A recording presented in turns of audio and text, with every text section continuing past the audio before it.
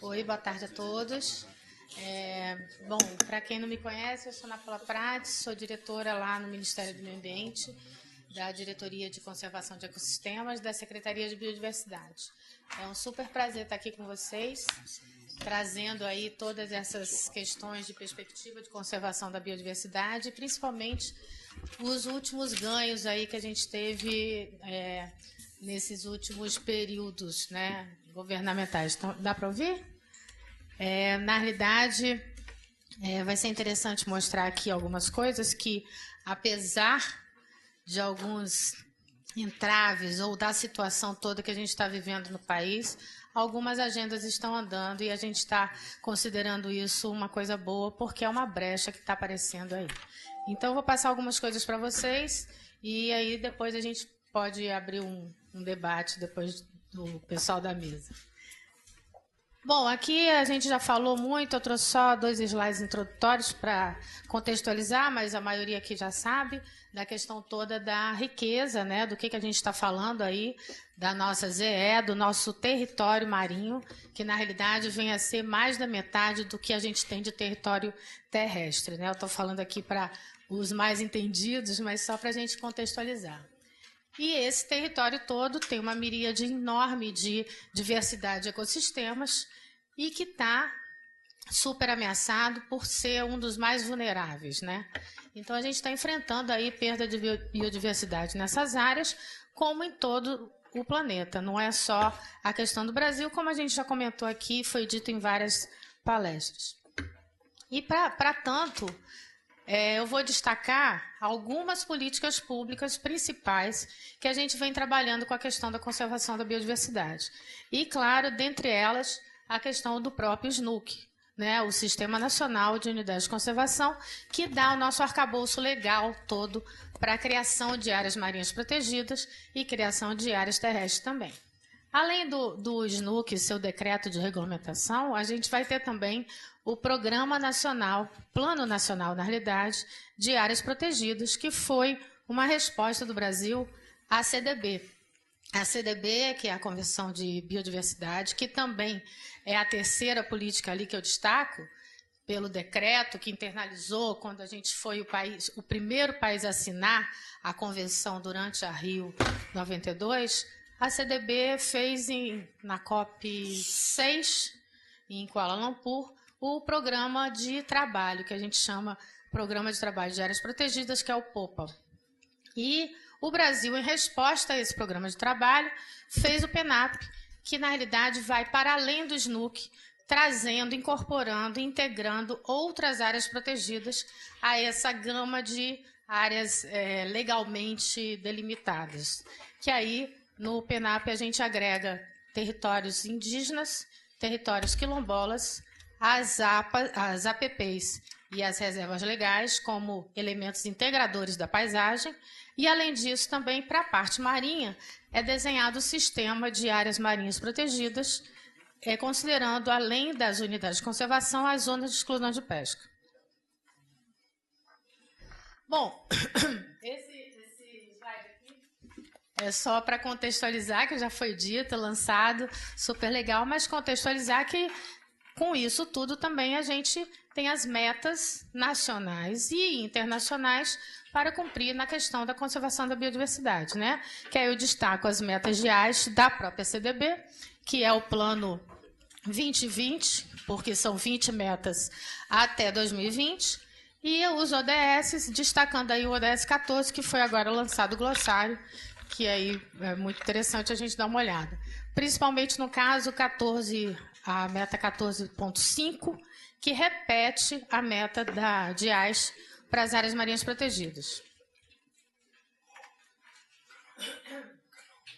Bom, e para enfrentar tudo isso, o Ministério do Meio Ambiente, junto com suas vinculadas e vários parceiros, né, principalmente as universidades, vem trabalhando numa série de políticas públicas. E eu vou destacar aqui algumas delas. Claro que eu estava até brincando com o Turra. A gente já estava ali, viu, Carol? Falando, a Carol não vem, vai sobrar mais tempo. Porque falar tudo isso em 20 minutos é um super desafio.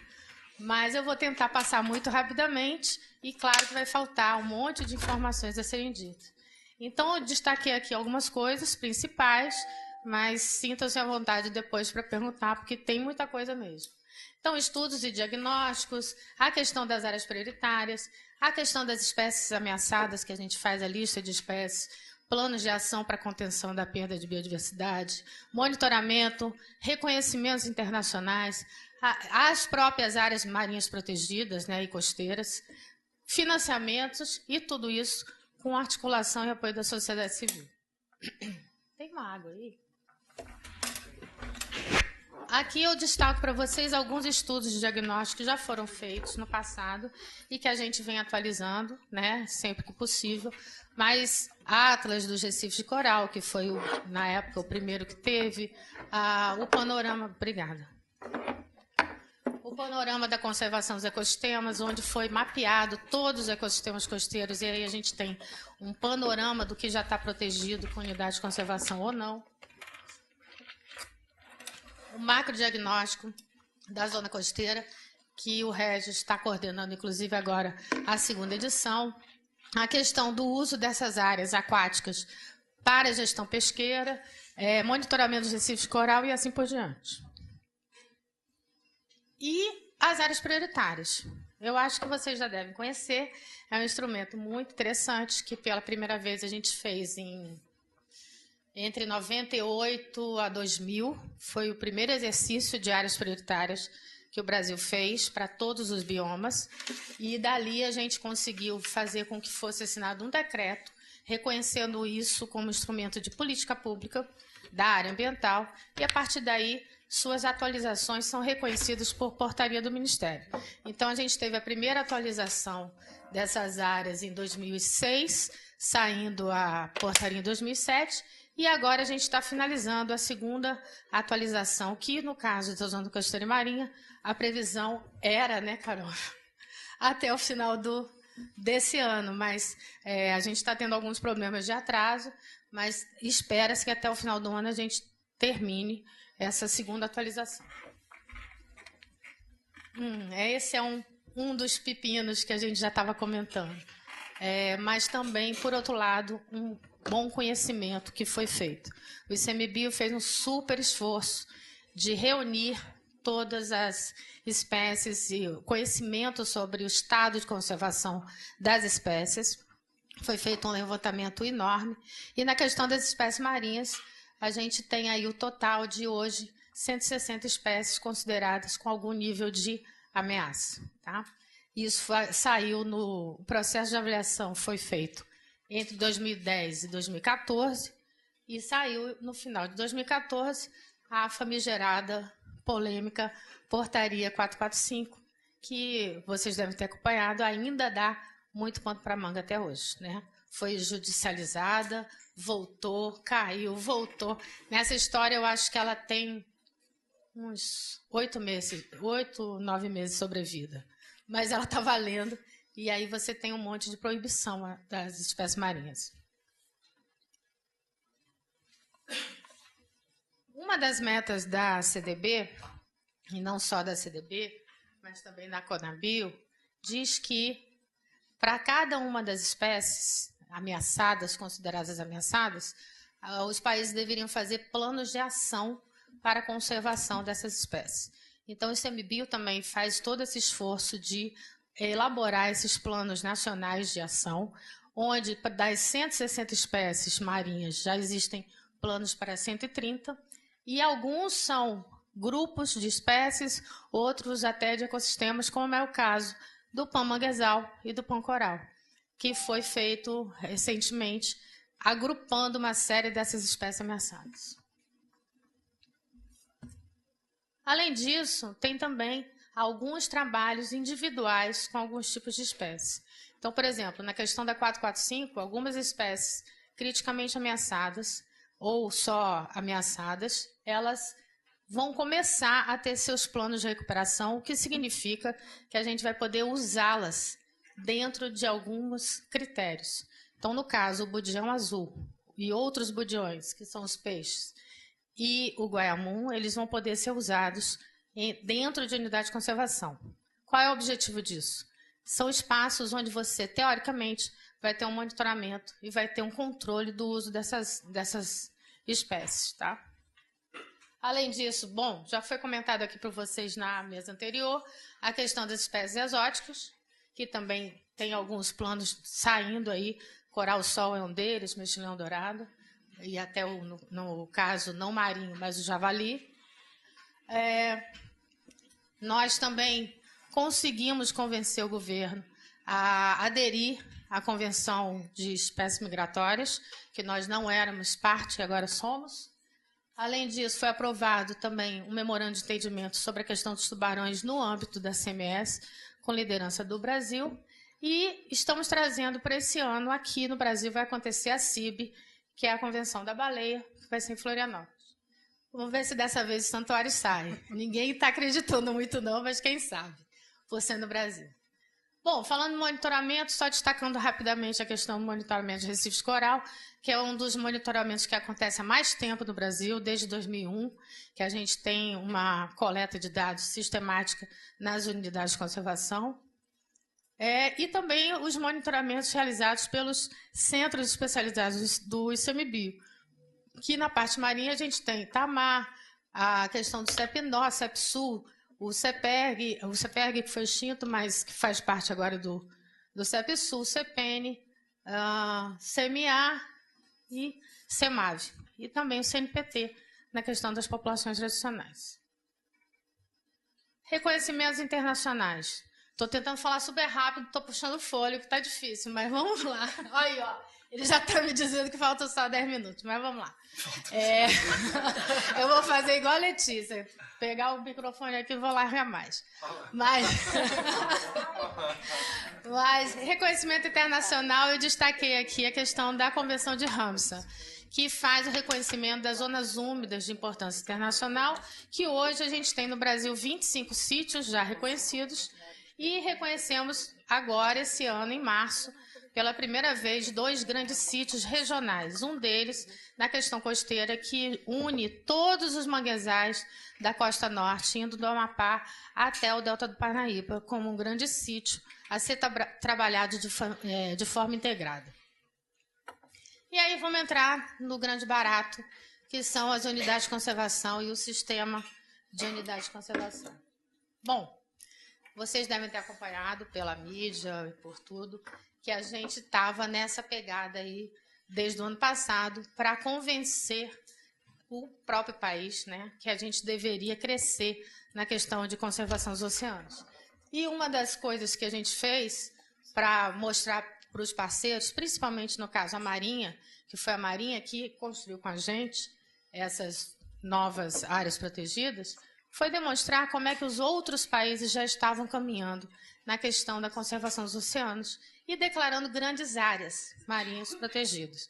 Então, a gente tinha já o Chile com 46%, a Austrália 33%, Colômbia 28%, assim por diante, e a gente lá com 1,5% da nossa ZE em unidade de conservação.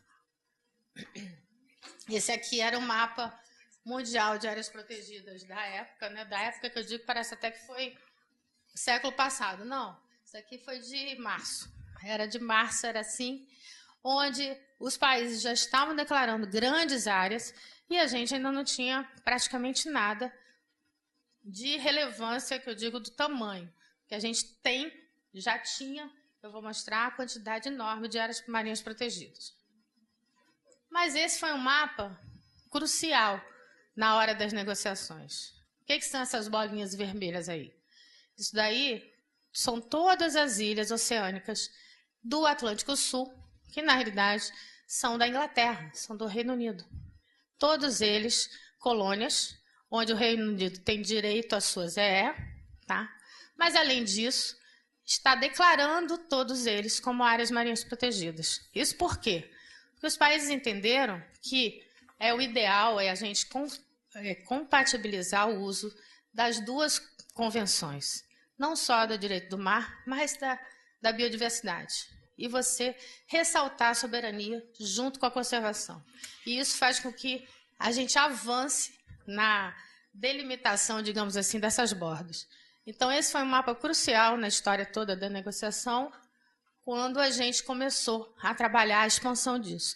Isso já vem sendo trabalhado há muito tempo e a gente não tinha sucesso. Há mais de, pelo menos, 8 anos que a gente tenta criar várias áreas e dava sempre com a porta fechada. Tá? Dentro do grande projeto que a gente já tem agora, que chama GFMAR, a gente abriu editais para algumas principais áreas e estamos tocando elas. E aí, até fevereiro de 2018, a gente tinha isso daí de SNUC. 18,4% do nosso território continental protegido, 1,5%, 1,6% da parte marinha. O que aconteceu? Em março, a gente conseguiu criar essas 2 grandes áreas, né, pulando para 27% da nossa ZE, com mais de 2,6 milhões de quilômetros quadrados. E, mais recentemente, aqui eu botei esse 3 aqui, porque a brecha de oportunidades de criação, que eu digo que, eu brinco muito lá com o Zé Pedro, que é o nosso secretário, de que tem uma brechinha assim que a gente está conseguindo passar ali aquele dardo preciso, mas que ela daqui a pouco fecha. Então, a gente está tendo que aproveitar. Mas, anteontem, foram criadas mais 3 áreas. Uma na Amazônia e 2 na Caatinga, que é da Ararinha Azul. O que aconteceu? O nosso mapa passou para ser esse mapa, hoje em dia, de áreas protegidas. Isso aqui está em escala. Graças muito a mobilização da sociedade civil, que foi imprescindível, né? Teve toda uma campanha da Hora do Mar, manifestações de apoio, cartas, inundaram a Casa Civil, inundaram a Marinha e a gente também. Isso foi maravilhoso e fez com que a gente pulasse esse tanto. E aí, um pouco depois, só para não dizer que a gente tinha parado, porque também teve, como é que eu vou falar isso? Mas teve 3 minutos já.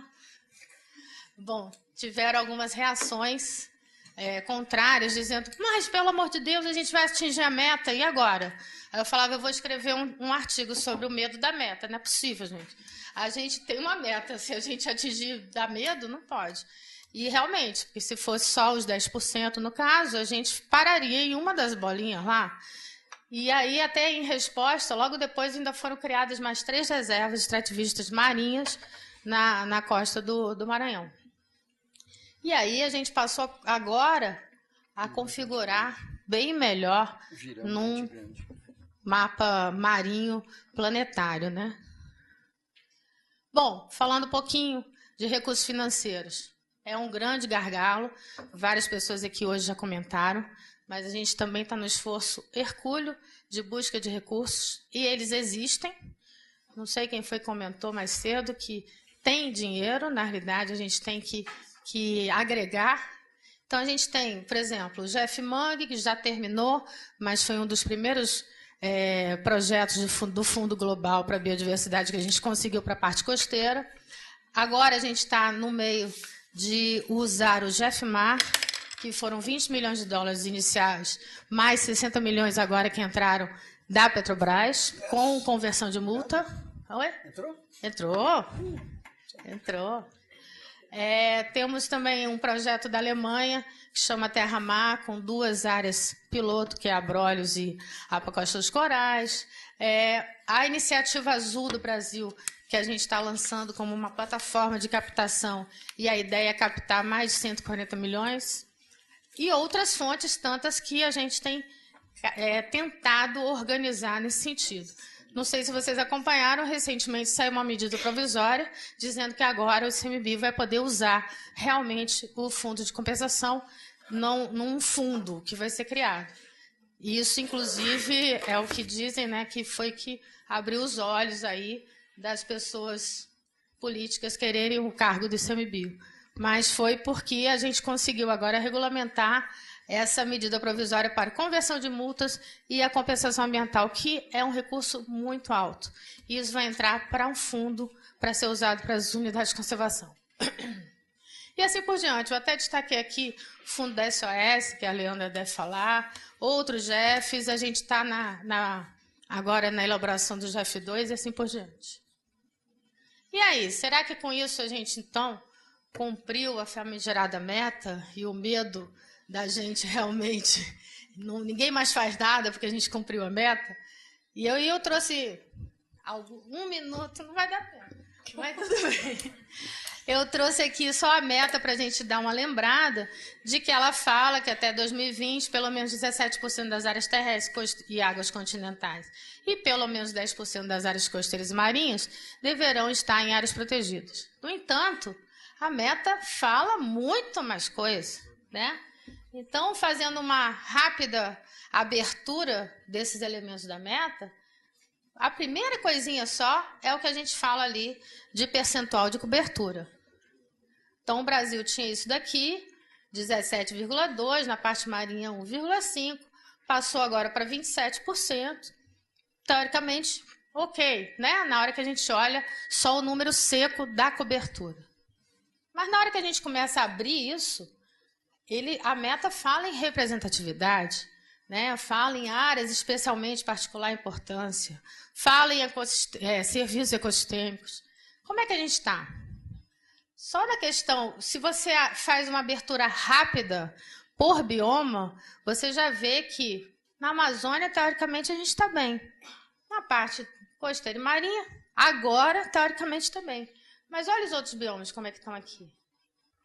Nenhum deles chegou sequer a 12%, quanto mais 17%. Então, você começa a ver que não é bem assim, né? Esse medo não se justifica, porque a gente tem muito trabalho a ser feito ainda. Na zona costeira, a gente tinha feito esse trabalho aqui, que é o panorama da conservação, que eu falei para vocês, que está disponível online, já mostrava que, na hora que a gente fez o mapeamento e viu quanto tem de unidade de conservação em cada um dos ecossistemas costeiros, a gente até estava bem em algumas áreas, em outras nem tanto. Então, o manguezal, a gente já tem muita parte dentro de UC, os recifes de coral raso também, mas... lagunas não, marismas não, áreas profundas não e assim por diante. E a efetividade? Aí que a porca torce o rabo. Cadê o dinheiro? Cadê a galera para trabalhar? Cadê os meios, né? E então aí você começa a ver que ainda falta chão. Claro que também tem se trabalhado muito nessa questão de avaliação da efetividade dessas áreas, e eu destaco aqui não só o método RAPAN, que é feito pelo ICMBio com parceria do WWF, mas também agora o sistema de análise, monitoramento e gestão do ICMBio, que chama-se SANGE, que ganhou até um prêmio de inovação no setor público, que está sendo aperfeiçoado e aplicado nas unidades. E também colocado todo um painel de gestão falando como é que estão as UCs. Acabou o tempo, tá bom. Faltam duas coisinhas. Não, termina. Questão da governança. Outra pedra no sapato. Governança é um negócio bonito de falar, né? É um negócio interessante, mas é um super desafio. O que é a governança? É você dividir a gestão, é você trabalhar com equidade realmente com as populações, com os usuários. Isso é um grande desafio. A gente já tem aqui várias coisas sendo feitas, estabelecimento de conselhos. No caso das RESECs, eu nem trouxe slide, mas tem aqueles CCDRUs que chamam, que você repassa para a comunidade o direito real de uso daquelas áreas. Mas isso ainda é muito pouco. Ainda tem muito para avançar na questão de governança. E na questão da conectividade? Aí que é pior ainda, mas o Varvik está aqui, ele vai falar sobre isso. Eu estou doida para ver qual é a solução que vai ser dada, porque é um grande imbróglio. Todo mundo que está aqui, que trabalha com a área marinha, sabe. A gente sequer sabe como é que a gente vai ainda medir a conectividade dessas áreas. Claro, a gente tem situações hipotéticas aqui, que isso, inclusive, foi que deu origem para o GEFMAR, que é mostrando que não adianta nada eu ter uma unidade de conservação, de uso sustentável, com zona de exclusão de pesca, unidade de proteção integral e etc., se eu não tiver projeto de conservação da bacia hidrográfica, se eu não tiver ordenamento, gestão costeira, né? Todo mundo aqui estava falando exatamente sobre isso. O que adianta eu estou lá com a minha área bonitinha, manejada, aí vem um coral-sol e toma conta. Né? Então, a gente tem todas essas questões aí para serem trabalhadas. Tinha um slide até que eu tirei, que é o maior exemplo de conectividade do que foi a tragédia de Mariana, que saiu lá de 700 quilômetros rio acima e chegou em Abrolhos. É isso que a gente está falando que é conectividade. O Ministério está fazendo o programa Conecta, que é pensando nessas coisas. Esse mapa aqui é interessante porque a gente tentou mostrar aqui todas as unidades de conservação, sítios Ramsar, reserva da biosfera, terras indígenas, isso aqui tudo já existe, mas não está conectado. E a gente precisa trabalhar essa integração e essa conexão. Então, várias perguntas são necessárias até para se avaliar isso e se responder se a meta está sendo cumprida ou não. É um grande desafio, não é só nosso, de todos os países. Eu tive agora recentemente num workshop de Montreal, lá na CDB, que está todo mundo discutindo isso, como é que a gente vai avaliar, né? Mas falta muito, a gente tem que avaliar pelos ecorregiões marinhas, pelas EPSAs, que são as áreas da CDB, e assim por diante. Bom, fechando. Para conter essa perda, a gente já tem um monte de coisa. A gente já tem legislação, nem sempre efetiva ou cumprida, mas a gente já tem políticas públicas, a gente já tem conhecimento, a gente tem ciência, a gente tem áreas prioritárias, a gente tem projetos, a gente tem fóruns, comissões, colegiados, sociedade civil super engajada, mobilização social, metas de pressão internacional e até, pasmem, uma pequena brecha política que apareceu aí no meio da história. Mas isso é suficiente? Uma listinha aí pequenininha de alguns problemas que ainda têm que ser resolvidos. Isso significa que a gente não pode se aposentar. Tem muito trabalho para fazer, muita coisa para fazer junto, muita coisa para remar junto aí, né? Fora todos os desafios globais. Mudanças climáticas para coroar a história, espécie exótica invasora e assim por diante. Agora estamos indo rumo ao plano 2030 da CDB, que vai ser o próximo, que já se fala em metas de pelo menos 30% de áreas marinhas protegidas. Ou seja, 10% estava muito, a gente estava com medo de atingir. A gente provavelmente não vai ter atingido na hora que falar demais. Além de, o que já foi falado aqui por várias pessoas, necessidade de integrar essas metas. Não adianta a gente ficar falando, a meta 11 eu estou bem. A meta 12, que é a espécie ameaçada, eu não estou. A meta 6, que eu acho que a maioria aqui nem sabe, que fala de recursos pesqueiros, que, como foi falado aqui pela Cíntia, brilhantemente, a gente não tem estatística pesqueira no Brasil desde 2008. A gente não sabe o que está sendo pescado, com exceção do litoral de São Paulo. Então, tem que integrar também as metas, tem que conectar também as metas. E é para além. Falamos só do Brasil, a Leandra vai destacar aqui um pouco, mas tem toda uma discussão dos oceanos fora. Né? A CDB tem esse instrumento que é muito legal, que foi um grande exercício mundial que foi feito de como se fossem grandes áreas prioritárias no mundo, que são as EPSAs, Ecological, Biological, Sensitive Marine Areas, além da jurisdição nacional e dentro, mas que ainda tem muita briga dentro da própria delegação, se isso vale, se não vale, etc. O importante é isso, gente. A gente está no mesmo barco, temos que romper esses paradigmas, romper as caixinhas, trabalhar integradamente, esquecer de aposentadoria, arregaçar as mangas e trabalhar, porque estamos todo mundo aí. Não adianta um lado se salvar, porque não vai rolar. Era isso. Passei muito tempo.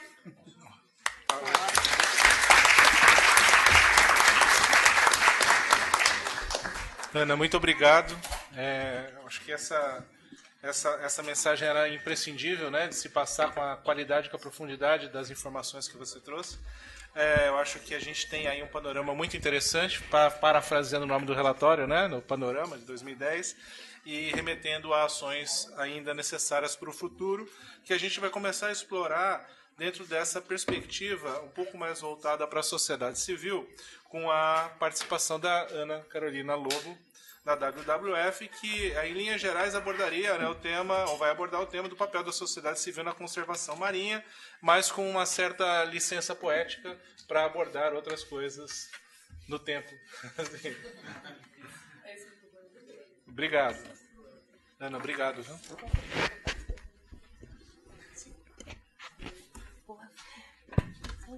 Alô? Enquanto ela coloca aqui o PowerPoint, queria agradecer, então, o convite da gente participar e a possibilidade de apoiar nos deixou super felizes. É muito bom estar aqui na universidade e quanto mais a gente puder conectar iniciativas de conservação com a universidade, trazer um pouco também de ciência para aplicação na prática, melhor, né? Eu estou chegando de uma sequência de viagens assim lá do além-mar para cá, acordei às 4 da manhã, estava sem telefone, sem GPS, me perdi no caminho vindo para cá, o que é um absurdo, porque eu sou paulista e assim eu sei chegar aqui. Então eu peço desculpa antecipadamente se eu falar alguma coisa um pouco descontextualizada, espero que não. Bom, sobre a sociedade civil, o papel da sociedade civil na conservação marinha, trouxe aqui um pouco um contexto da realidade dos Estados Unidos, não a realidade agora exatamente, né? Mas quando o Sistema Nacional de Áreas Protegidas completou 100 anos, o Barack Obama fez um dos discursos que particularmente eu achei mais legal de ouvir, que fala justamente de o quanto que isso é um orgulho da sociedade norte-americana, porque a sociedade abraça as áreas protegidas, porque elas visitam as áreas protegidas, elas entendem isso como um asset, né, algo de muito valor para o país. Inclusive, o quanto que o governo percebia a importância de se investir em áreas protegidas e o retorno que se trazia para os territórios que elas estavam inseridas. Então, ele fala até ali, para cada $1 que eles investem numa área protegida, o retorno em desenvolvimento econômico é de $10. Então, também ressaltar a importância de que áreas protegidas elas são e devem ser percebidas como um vetor de desenvolvimento do país. E quando a gente olha para o papel da sociedade civil, acho que uma outra coisa importante que a gente tem discutido bastante assim, entre ONGs é que a sociedade está mudando de uma forma muito rápida. Assim. Os millennials, as pessoas mais jovens, eles entendem cada vez menos o que a gente fala. E se a gente não se reinventar para conversar, dialogar com essa nova geração, que é quem vai estar votando e tomando decisão de consumo no futuro, a gente vai cair na irrelevância e a sociedade vai começar, a caminhar por um outro rumo, né? A gente tem aí uma perspectiva de 3 bilhões de pessoas na Ásia e no Pacífico que estão subindo da classe E e D para a classe C e B, ou seja, o consumo ele vai aumentar. E se hoje em dia a gente precisa de quase 2 planetas Terra para dar conta do que a gente consome de recurso natural em um ano, tem uma perspectiva que se a sociedade de 7,5 bilhões de pessoas continuassem consumindo a mesma coisa daqui a 15, 20 anos, a gente vai precisar de 3,5 planetas Terra. Então, não vou nem continuar falando um pouco disso para não parecer muito Nostradamus. E quando eu vi a Ana Paula Prats terminar a apresentação dela, eu pensei, nossa, a minha nem é tão positiva assim. Mas, de todo modo, eu só falei tudo isso para falar também algumas iniciativas que, sim, dão também um fôlego e trazem uma certa esperança de que é possível conectar com os jovens e focar um pouco em inovação. Tem uma série de organizações que estão pipocando mundo afora, de startups que estão trazendo soluções para lidar com o problema de plástico, com o problema de zonas mortas, como esse coisinho que eu trouxe aqui.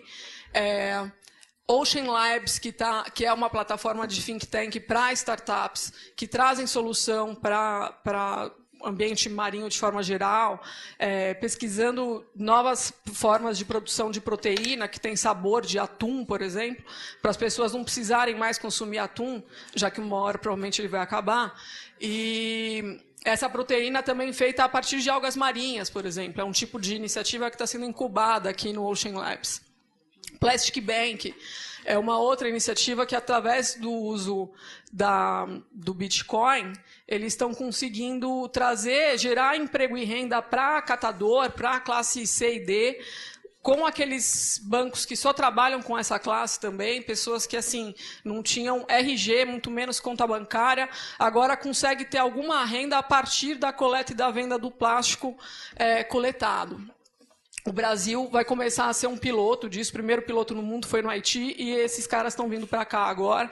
É uma super iniciativa legal, assim, da gente conhecer a fundo e pensar como que a gente pode trazer isso para outras iniciativas.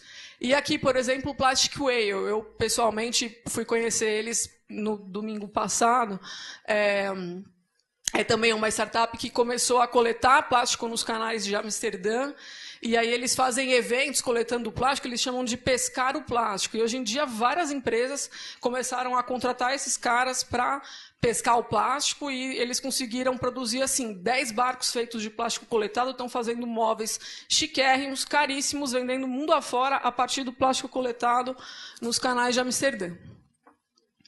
O WWF Rede, no mundo, trabalha a conservação marinha em 60 países.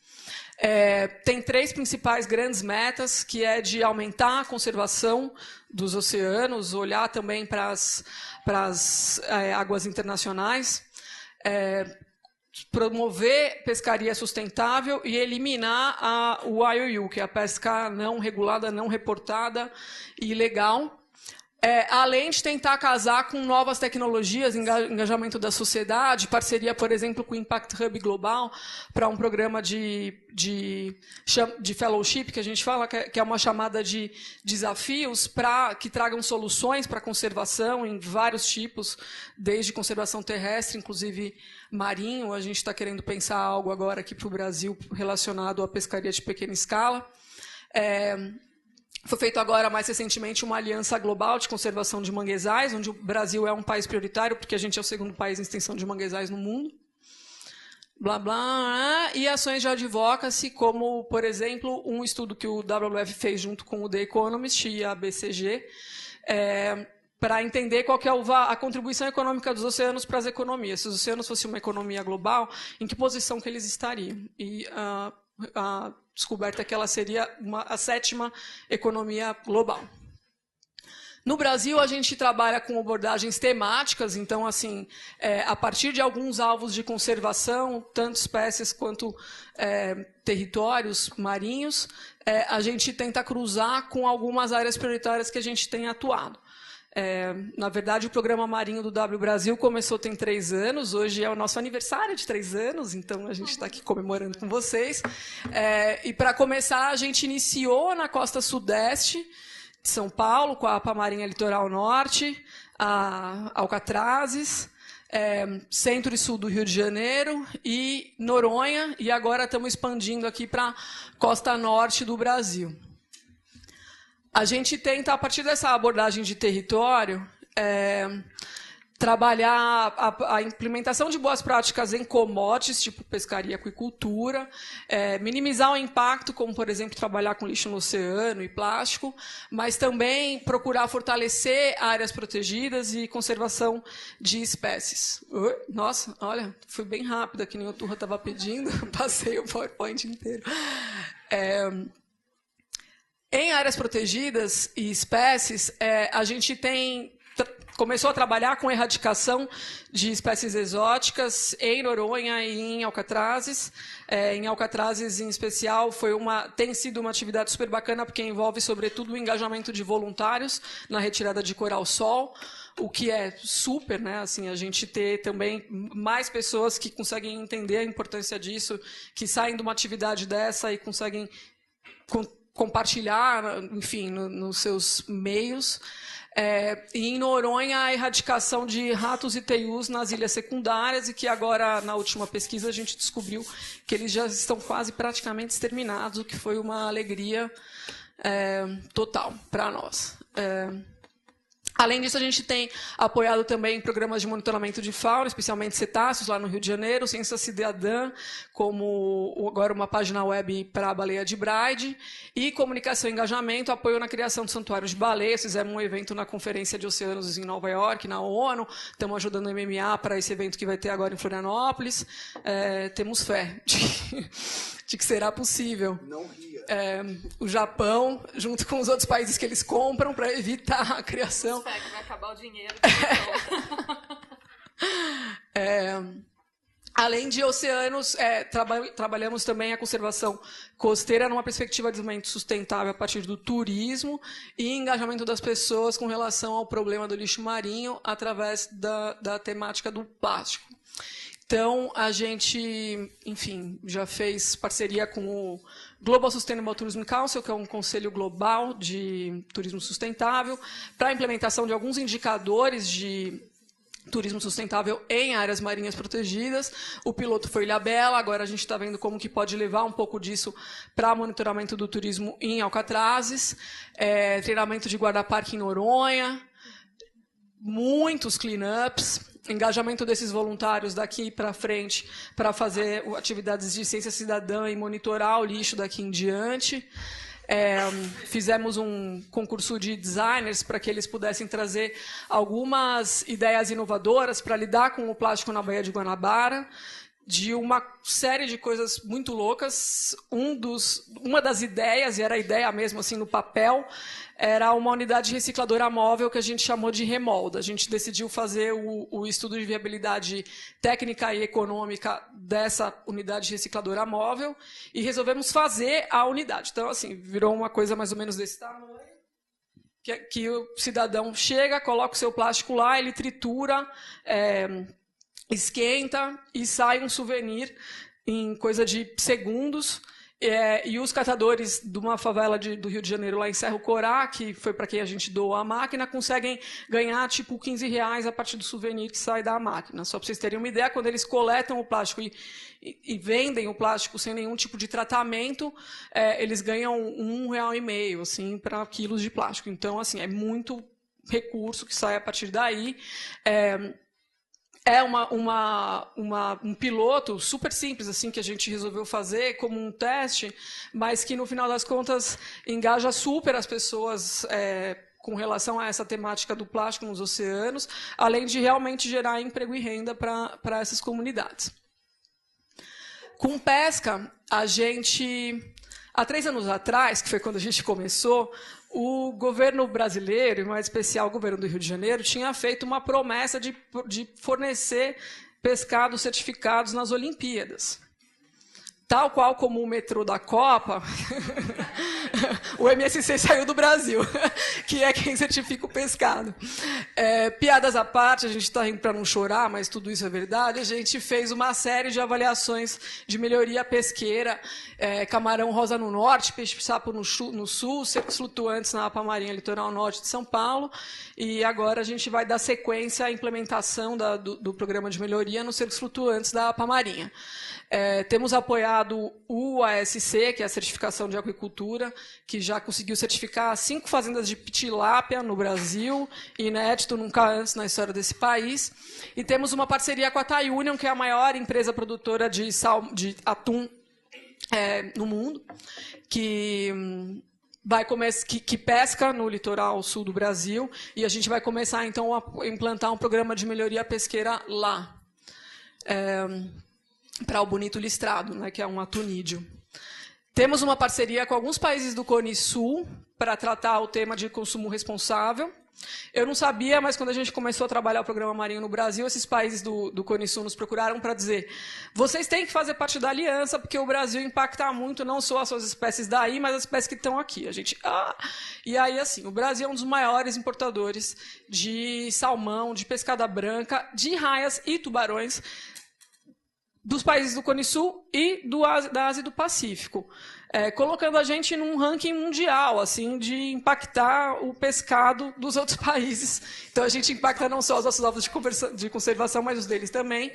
E a gente está tentando, então, começar um diálogo com os grandes importadores para influenciar a necessidade de compra de pescado certificado. E, nesse sentido, a gente tem também uma parceria com a Sodexo, que fornece pescado para mais de 2.000 restaurantes, mais ou menos 1,5 milhão de pessoas são atendidas diariamente, e agora, depois da gente fazer uma análise da cadeia de suprimentos de pescado, eles vão começar, então, a mudar a compra e venda de pescados a partir dessa nossa parceria, o que é super. Iniciamos há um tempo atrás uma parceria com a Associação Brasileira de Restaurantes, Bares e Restaurantes, a Brasel, que tem 1 milhão de associados no Brasil, para trabalhar um piloto que foi o do Mar à Mesa, um projeto chamado do Mar à Mesa, que era basicamente a gente conseguir fazer uma ponte direta dos pescadores da Apamania Litoral Norte de São Paulo com os donos de restaurantes, para que eles pudessem comprar e fornecer pescados que foram listados como verde na lista da Unimonte, que a Cíntia Miage coordenou. Em 15 dias de campanha, mais de 500.000 pessoas participaram do programa. Foi uma iniciativa voluntária, onde os restaurantes mesmo que se voluntariavam para participar da campanha. Foi um sucesso, assim, 70% dos associados da Brasel aderiram à campanha. Comercializamos um monte de prato. E, a partir disso, a gente começou a pensar, bom, então, por que não fazer uma Fish List Brasil, uma lista de pescados para o país? Em um ano ficar pronto? Vamos tentar. Passou 3 anos, a gente está ficando com a lista pronta. A metodologia da WWF de fazer esse tipo de lista é hiper rigorosa, mais rigorosa do que a do Monterey Bay Aquarium, o aquário de Monterey. Estamos conversando sobre isso com a Aliança Brasileira para a Pesca Sustentável, junto com a Cíntia, já tem algum tempo. E a gente pegou as 33 espécies que têm a maior saída de mercado, que têm o maior valor comercial. E, adivinhem só, a grande maioria das espécies são vermelhas, em vários tons de vermelho. Algumas poucas são amarelas e 4 tipos de aquicultura bivalve são verdes. A gente ainda não lançou, porque... Já está terminando? A gente ainda não lançou porque, assim, também não dá para falar pare de comer peixe, que vira uma coisa meio... Eu não acredito em mudanças climáticas, mas a gente está tentando, no âmbito de uma aliança com outras organizações, entender que tipo de outras opções que a gente pode dar para o consumidor final, de modo que ele pare de consumir as espécies mais ameaçadas. Então, essas são aqui exemplos das peças que a gente fez essas campanhas, aqui o do Mar à Mesa, como eu já falei, aqui uns infográficos que mostram a importância das áreas marinhas protegidas até para a promoção da pesca. E estamos desenvolvendo alguns projetos para a conservação de raias e tubarões, junto com a rede WWF. Começamos uma discussão agora com a Oceana para a gente trabalhar isso. Além de, no âmbito da Aliança Global de Conservação de Manguezais, que eu mencionei no início, a gente também está com um projeto para a costa norte do Brasil. E essa é a nossa equipe. Muito obrigada.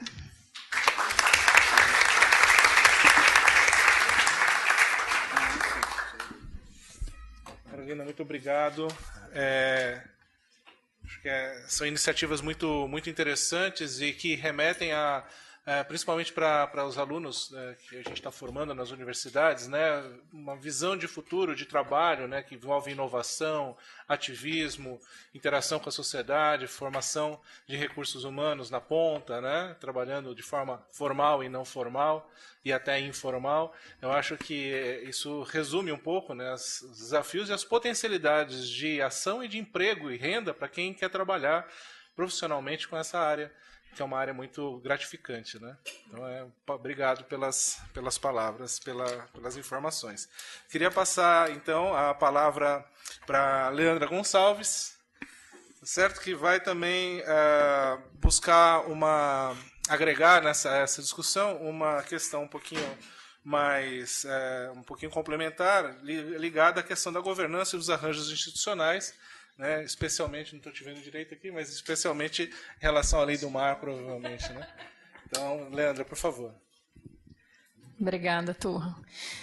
Boa tarde a todos. Primeiramente, queria agradecer o convite, né, do IEA, do professor Alexander Turra e da Mayla, que me convidaram para participar dessa mesa, que é um grande desafio, né, porque eu estou aqui com o tema de governança e arranjos institucionais para falar depois da Ana Paula, que apresentou um panorama completo das políticas aqui de conservação, e a gente está desde ontem conversando como as apresentações podem ser complementares e não ter sobreposição, e vai ser bom porque eu vou correr algumas partes aqui para cumprir o tempo aí do painel. Vamos lá.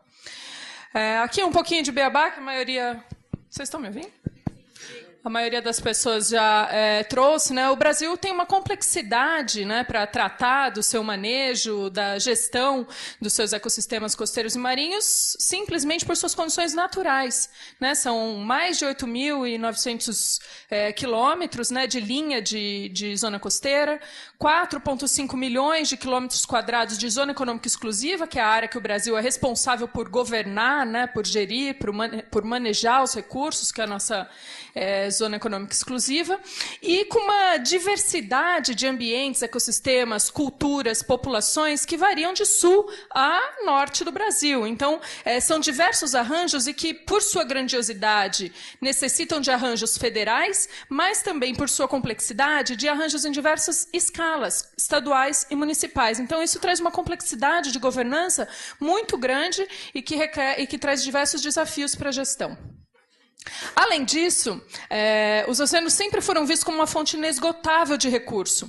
Então, nunca demorou para começar a se preocupar. Né? Na década de 70, quando as mineradoras começaram a invadir a Amazônia e gerar muito desmatamento, os oceanos ainda não estavam sendo... O Brasil começou a se desenvolver de costas para o mar.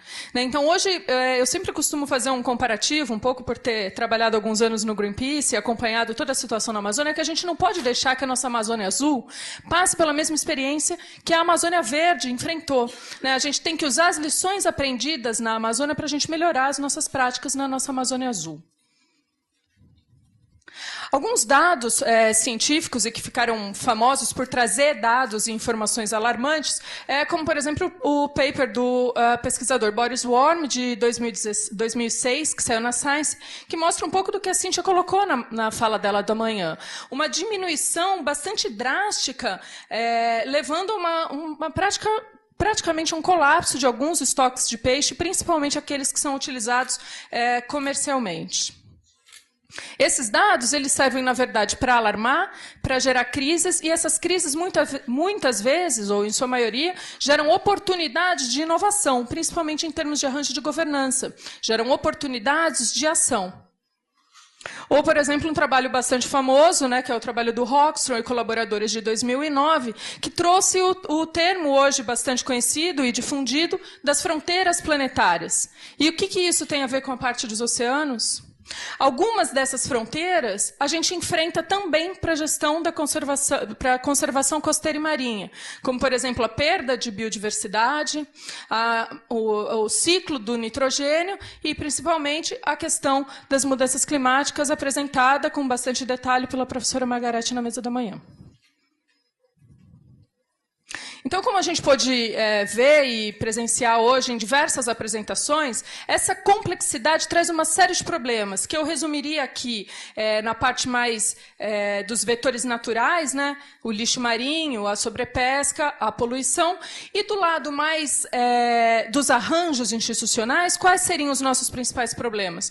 A alta fragmentação de políticas, o alto nível de incerteza científica e o baixo envolvimento da sociedade. Que aí eu até comentei com a Carol aqui na mesa, quando a Ana apresentou que a gente já tinha muita coisa e um super envolvimento da sociedade, eu também achei isso um pouco otimista. Considerando o Brasil com a sua magnitude, né, a quantidade de pessoas que tem no Brasil, é muito difícil e ainda muito baixo o envolvimento da sociedade civil com a temática costeira e marinha. E tudo isso num contexto bastante alarmante, preocupante, ainda com baixa adesão, num contexto de grandes mudanças globais e de mudanças climáticas. Se a gente emprestar um pouquinho, né, um arcabouço conceitual e teórico, né, que foi bastante difundido, estudado por diversos pesquisadores a partir das pesquisas da Elinor Ostrom, a gente vê que num sistema socioecológico, e a gente pode considerar os oceanos como um sistema socioecológico, a gente tem diversos componentes nesse sistema. E um deles, quando a gente fala de administração dos problemas, quando a gente fala de manejo dos recursos, é o sistema de governança. E que ele é fundamental num sistema socioecológico para fazer a gestão dos recursos e também harmonizar e compatibilizar isso com os usuários que utilizam os recursos do mar, sejam indivíduos, seja setor produtivo e seja a própria conservação dos bens e serviços ecossistêmicos. Toda essa discussão de governança, de políticas, normas, regras, portarias, instruções normativas, que a Ana Paula apresentou, uma série de códigos, condutas, políticas que existem no Brasil hoje, e que são aplicáveis ao nosso ecossistema costeiro e marinho, eles, em tese, seguem, né, uma recomendação que é bastante presente na Convenção das Nações Unidas para o Direito do Mar e na Convenção das Nações Unidas para os estoques pesqueiros migratórios, onde diz que, para você legislar, criar normas, fazer a gestão, você tem que usar a melhor informação científica disponível. Porém, na prática, a ciência não é muitas vezes ouvida nessas decisões políticas, mesmo porque na hora que você tem que tomar uma decisão política, existem muitas variáveis que têm diferentes pesos. A gente tem a questão do poder, né, que são principalmente do poder público, a gente tem a questão dos interesses e a gente tem a questão do conhecimento. E cada uma dessas variáveis, cada um desses componentes, tem pesos diferentes para cada tipo de decisão. E como que fica a questão marinha no Brasil? A gente tem uma das maiores diversidades biológicas do planeta. Porém, como a Cíntia colocou na mesa da manhã, quando a gente fala de estoques pesqueiros, a gente tem... esse é um dado antigo, porque é o que a gente tem, né? A gente não tem, desde 2008, um monitoramento pesqueiro feito de forma sistemática, onde a gente possa saber quais os dados, qual a quantidade de peixe, qual o peixe, quando, como, onde a gente tem debaixo do mar, para que possa dar subsídios à tomada de decisão. Os dados, muitas vezes, das estatísticas pesqueiras, eles são coletados de forma individual por alguns grupos de pesquisa, mas por parte do poder público, a gente não tem esse monitoramento sendo feito de forma sistemática desde 2008, quando foi a publicação dos relatórios do Revisê, os recursos vivos para a Zona Econômica Exclusiva. Os dados têm sido coletados de forma esparsa. Em 2011, a gente teve um lançamento desses dados, mas ainda com muitas lacunas. E isso não só para a parte costeira. Na parte oceânica, os dados que a gente tem que reportar na Convenção dos Atuns e Afins do Atlântico, a gente também não vem conseguindo reportar a nossa pescaria, e, inclusive, no último ano a gente já não vinha conseguindo reportar totalmente, no último ano a gente reportou 0, e isso causa uma série de embaraços diplomáticos para o Brasil, inclusive com relação ao seu comitê gestor dos Atuns e Afins. Esse estado de qualidade dos oceanos, ilustrado aqui com a situação pesqueira, ele não traz só problemas para a questão de conservação e manutenção das espécies. Hoje, a gente tem que olhar os oceanos também como um provedor de diversos serviços ecossistêmicos, sejam eles cultural, de provisão, ou até mesmo serviços de regulação.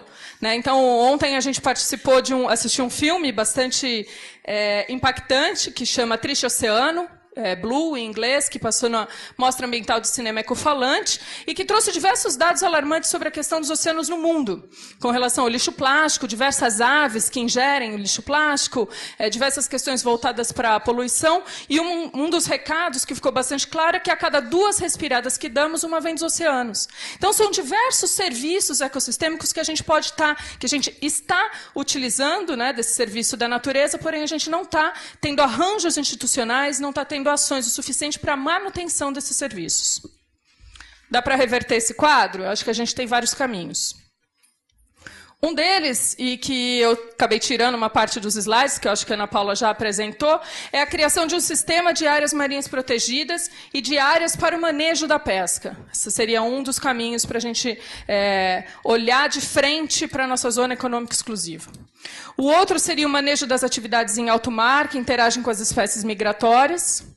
Um novo marco regulatório para o mar brasileiro que considere o planejamento espacial marinho como sua principal ferramenta de compatibilização de uso com a conservação. E o aumento dos elos de conhecimento, redes e participação social. E aí eu vou detalhar um pouquinho dessas atividades, com exceção da primeira, que eu acho que a Ana Paula já colocou bastante o panorama que a gente tem. Quando a gente fala de áreas marinhas protegidas, muitas vezes a gente fica entre o conflito e a solução. Mas emprestando aqui um pouco o slide de dois colegas, o Ronaldo Francini Filho e o Rodrigo Moura, num paper publicado em 2008, a gente vê que, na verdade, as áreas marinhas protegidas elas são fundamentais, inclusive quando elas representam essa conectividade, para poder recuperar os estoques pesqueiros, que, como a gente viu hoje ao longo do dia, estão em franco declínio. E quando você cria um espaço fechado de área protegida, principalmente quando ela é de uso integral, ou bem manejada e implementada no caso de unidades de conservação de uso sustentável, você tem uma recuperação e um efeito de transbordo desses estoques pesqueiros para as áreas adjacentes, contribuindo com isso para reverter o problema da sobrepesca, que é um dos problemas principais que a gente tem na nossa zona econômica exclusiva. E aí emprestei o mapa da Ana para mostrar já a representatividade das unidades de conservação que a gente tem na nossa zona econômica exclusiva, que é bastante, se a gente olhar a tabela mostrando a porcentagem, né, 27% de áreas marinhas protegidas no Brasil, o que deixa o Brasil no mesmo patamar de algumas nações no mundo que estão olhando para a conservação marinha, mas se a gente olhar nesse mapa com escala, a gente vê que toda essa área aqui da nossa zona econômica exclusiva, que tem muitos espaços, que no relatório de áreas prioritárias para a conservação são bem significativas, a gente ainda tem um vazio bastante grande de áreas aqui, tendo bastante cobertura na zona costeira e, obviamente, nas duas novas áreas criadas que elevaram bastante o nosso número. Então, a nossa zona econômica exclusiva ela é muito grande em termos de quilometragem, em termos de área. E é para isso que a gente precisa ainda seguir aumentando a representatividade dessas unidades de conservação marinha. Mas não é só isso. Quando a gente fala em conservação, como os oceanos têm esse caráter bastante dinâmico, a gente tem espécies migratórias, né, baleias que vão daqui para a região antártica, atuns que vão daqui para a África, né, são diversas espécies migratórias. A gente viu hoje na apresentação do Coral-Sol o quanto que o oceano tem, por conta de suas correntes, um caráter dinâmico e de conectividade. A parte da nossa zona econômica exclusiva, a gente tem toda essa área azul escuro, que corresponde a 64% de toda a nossa água salgada, de todo o nosso mar, que são consideradas águas internacionais, e que hoje, na sopa de letrinhas, que o Max comentou hoje na parte da manhã, a gente tem chamado de BBNJ ou ABNJ, que seriam as áreas além das jurisdições nacionais. E que, por muito tempo, enquanto os países se preocupavam em tentar governar a sua zona econômica exclusiva, essa área oceânica ficou sendo uma área de ninguém, onde todas as nações poderiam fazer uso dos recursos de forma se tivessem como chegar e explorar. Porém, desde 2004, um processo desencadeado através da Organização das Nações Unidas começou a chamar os países para uma discussão para decidir de que forma iremos governar as áreas além das jurisdições nacionais. Porque são áreas ricas em minérios, e minérios que têm sido cada vez mais utilizados para a produção de computadores, celulares, eletroeletrônicos, que são os nódulos polimetálicos e o nióbio. A gente tem também nessas áreas diversos componentes químicos utilizados pela indústria farmacêutica.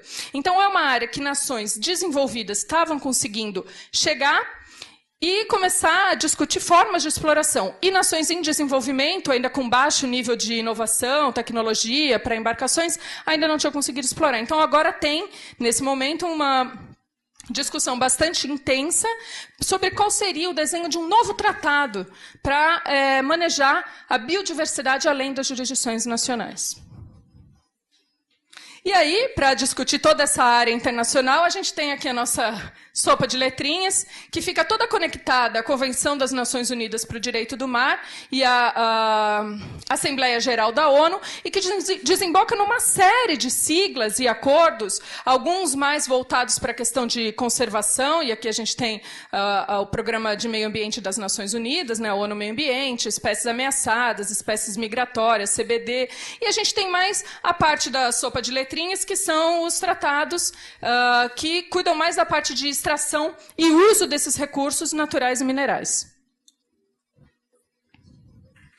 Então, hoje, uma das principais discussões que existem no âmbito internacional é de que forma que se cria áreas marinhas protegidas nessas áreas internacionais e de que forma que se implementa esses instrumentos de gestão nessas áreas, onde você tem muita dificuldade, são áreas remotas, dificuldade de chegar, fiscalizar. Então, de que forma que você cumpre e fiscaliza caso sejam criadas essas áreas internacionais. E de que forma, inclusive, você faz o compartilhamento do uso desses recursos naturais. Porque hoje a gente tem um desnivelamento econômico em termos dos países que gostariam de usar. Tem países que gostariam de usar os recursos genéticos, marinhos genéticos existentes nessas áreas, tem países que não têm condição de chegar e começar a fazer essa exploração. Então, de que forma que a gente compartilha esses recursos marinhos que estão nessas áreas oceânicas? Quando a gente olha para o Brasil, a gente tem diversos instrumentos que a Ana colocou, o Regis também apresentou na parte da manhã, porém esses instrumentos que a gente tem e que são aplicáveis à nossa zona costeira e marinha, eles são setoriais e fragmentados. Então a gente tem um plano de gerenciamento costeiro que olha para a parte da costa. A gente tem uma lei da pesca que olha a pesca. A gente tem um plano de exploração de petróleo e gás que olha petróleo e gás. A gente tem um plano nacional de áreas protegidas que olha para áreas protegidas. De que forma que a gente integra isso? Para que, inclusive, possa fazer jus às características naturais do bioma costeiro e marinho, que são características de conectividade, de dinamicidade e de integração das suas características ecológicas. Além disso, a maioria das políticas ambientais, e aí nesse caso, principalmente o Sistema Nacional de Unidade de Conservação, quando foram discutidos, foram feitos pensados na parte terrestre. Então, muitas coisas que a gente tem hoje no SNUC não são aplicáveis ao ambiente marinho. E dificilmente hoje alguém vai ter coragem de levantar a mão no Congresso e pedir uma revisão do SNUC, porque é capaz a gente sair de lá com um SNUC bem pior do que ele é hoje. Então, a gente fica com medo, dado a formação conservadora do nosso Congresso Nacional. Então, a gente acaba ficando com um instrumento que foi feito, pensado numa parte continental e que a gente acaba tendo muita dificuldade de utilizá-lo na parte marinha. Para além disso, eu acho que a professora Margareth colocou isso na parte da manhã também, mas que eu gostaria de frisar, a gente tem uma deficiência bastante grande na parte das políticas climáticas. E isso é bastante chocante, porque quando a gente olha a apresentação que foi feita na parte da manhã, com a importância dos oceanos, que eu costumo falar que é vítima e o mocinho das mudanças climáticas, né? Vítima porque tem o impacto da acidificação, branqueamento de corais, a mudança, né, migração das espécies, elevação do nível do mar, e mocinho porque são responsáveis por absorver pelo menos 25% a 30% como sumidouro, e que isso deposita no fundo do mar. Porém, quando a gente olha a nossa Política Nacional da Mudança do Clima, que foi feita em 2009, ela não menciona zona costeira, oceano e mar, apenas a necessidade de preservação, conservação e recuperação dos biomas naturais tidos como patrimônio nacional, que no caso a zona costeira desde 1988, por conta da nossa Constituição. Então a gente tem uma deficiência em termos de arranjo institucional, quando a gente olha a política do clima, porque os oceanos não faz parte. Então quando a gente fala clima, no Brasil a gente está falando de floresta, mas a gente não está falando da nossa Amazônia Azul. E isso precisa mudar. Os instrumentos precisam estar integrados. E aí, nesse sentido, se faz necessário, como uma das alternativas, uma política nacional para os oceanos, que seja discutida com a sociedade, com a ciência, com a academia, e que possa considerar o papel dos oceanos numa escala global para lazer, locomoção, serviços ecossistêmicos e preservação. Hoje, no Brasil, o único bioma que tem uma lei específica para ele é a Mata Atlântica. Inclusive, a parte costeira e marinha não é nem considerada um bioma. É um ecossistema costeiro e marinho associado aos demais biomas, no caso da Mata Atlântica e da Amazônia. E como que a gente pode... e qual é o maior problema disso? O maior problema desse é, tipo, por exemplo, nesse relatório do Greenpeace, a gente... fiz um recorte aqui de uma parte da zona costeira, onde a gente olha toda a nossa zona econômica exclusiva. Essas áreas aqui, verde mais claro, são áreas consideradas muito alta ou extremamente alta em termos de importância para a biodiversidade. E essas áreas em vermelho são as áreas onde se tem blocos de exploração de petróleo e gás. E a gente tem uma sobreposição de planos e programas de mais de 10%. Então, foi submetido, estou terminando, para o Congresso em 2013, uma proposta de um projeto de lei para o mar, construído de forma bastante participativa, com diversas reuniões, dialogando com diversas redes de conhecimento, para tentar pegar todos esses instrumentos de política existentes hoje no Brasil e integrá-los, como se fosse uma coluna vertebral, para tentar conectar hoje os drivers, né, os vetores, os usos econômicos e também as ações de conservação. Vou passar um pouquinho mais rápido aqui, porque meu tempo acabou. E como que a gente pode pensar essa política? Bom, ela foi submetida na Câmara em 2013 e teve uma notícia bastante positiva, que foi um requerimento de urgência para esse projeto de lei, aprovado nessa semana, onde agora o texto vai a plenário. Então, acho que durante esse período eleitoral, uma das coisas que a gente pode prestar atenção é a tramitação no plenário da Câmara Federal para entender qual vai ser a discussão acerca desse novo texto de lei e de que forma a academia pode contribuir para aprimorar. Mas nada disso vai funcionar, um novo projeto de lei, um aprimoramento do SNUC, se a gente não tiver um aumento dos elos de conhecimento, de redes e participação social. Então, eu trouxe algumas iniciativas aqui, só a título de exemplo, que foi o processo que a Ana Paula mencionou de criação dessas duas novas grandes unidades de conservação marinha, né, arquipélago de São Pedro, São Paulo, Trindade e Martim Vaz, onde a academia realmente se envolveu, pesquisadores fizeram propostas com relação ao desenho dessas áreas e submeteram ao governo como uma carta dos cientistas em defesa do mar brasileiro, em apoio às áreas de proteção integral nesses mosaicos. Ou seja, foi uma compilação de informações científicas sobre essas áreas para contribuir no processo de política pública. Ou, por exemplo, essas duas redes de pesquisa. Eu tive a oportunidade de participar, que é a Plataforma Brasileira da Biodiversidade e Serviços Ecossistêmicos e a Rede Brasileira de Acidificação dos Oceanos, onde você tem a oportunidade de gerar conhecimento e um resumo desse conhecimento para a tomada de decisão. Né? Então, a Plataforma Brasileira de Biodiversidade e Serviços Ecossistêmicos vai ter o seu relatório lançado em agosto, e junto desse relatório científico, que pode ter 200 páginas, né, que só os cientistas possivelmente irão ler, vem junto um summary, um resumo para a tomada de decisão, com 3, 4 páginas com as principais conclusões, para que isso possa servir de subsídio às decisões políticas. E aqui, seguindo para o encerramento, um estudo que eu fiz junto com o Leopoldo, que também é do nosso laboratório aqui no Instituto Oceanográfico, onde a gente apresentou um retrato de como estão hoje as redes de conhecimento e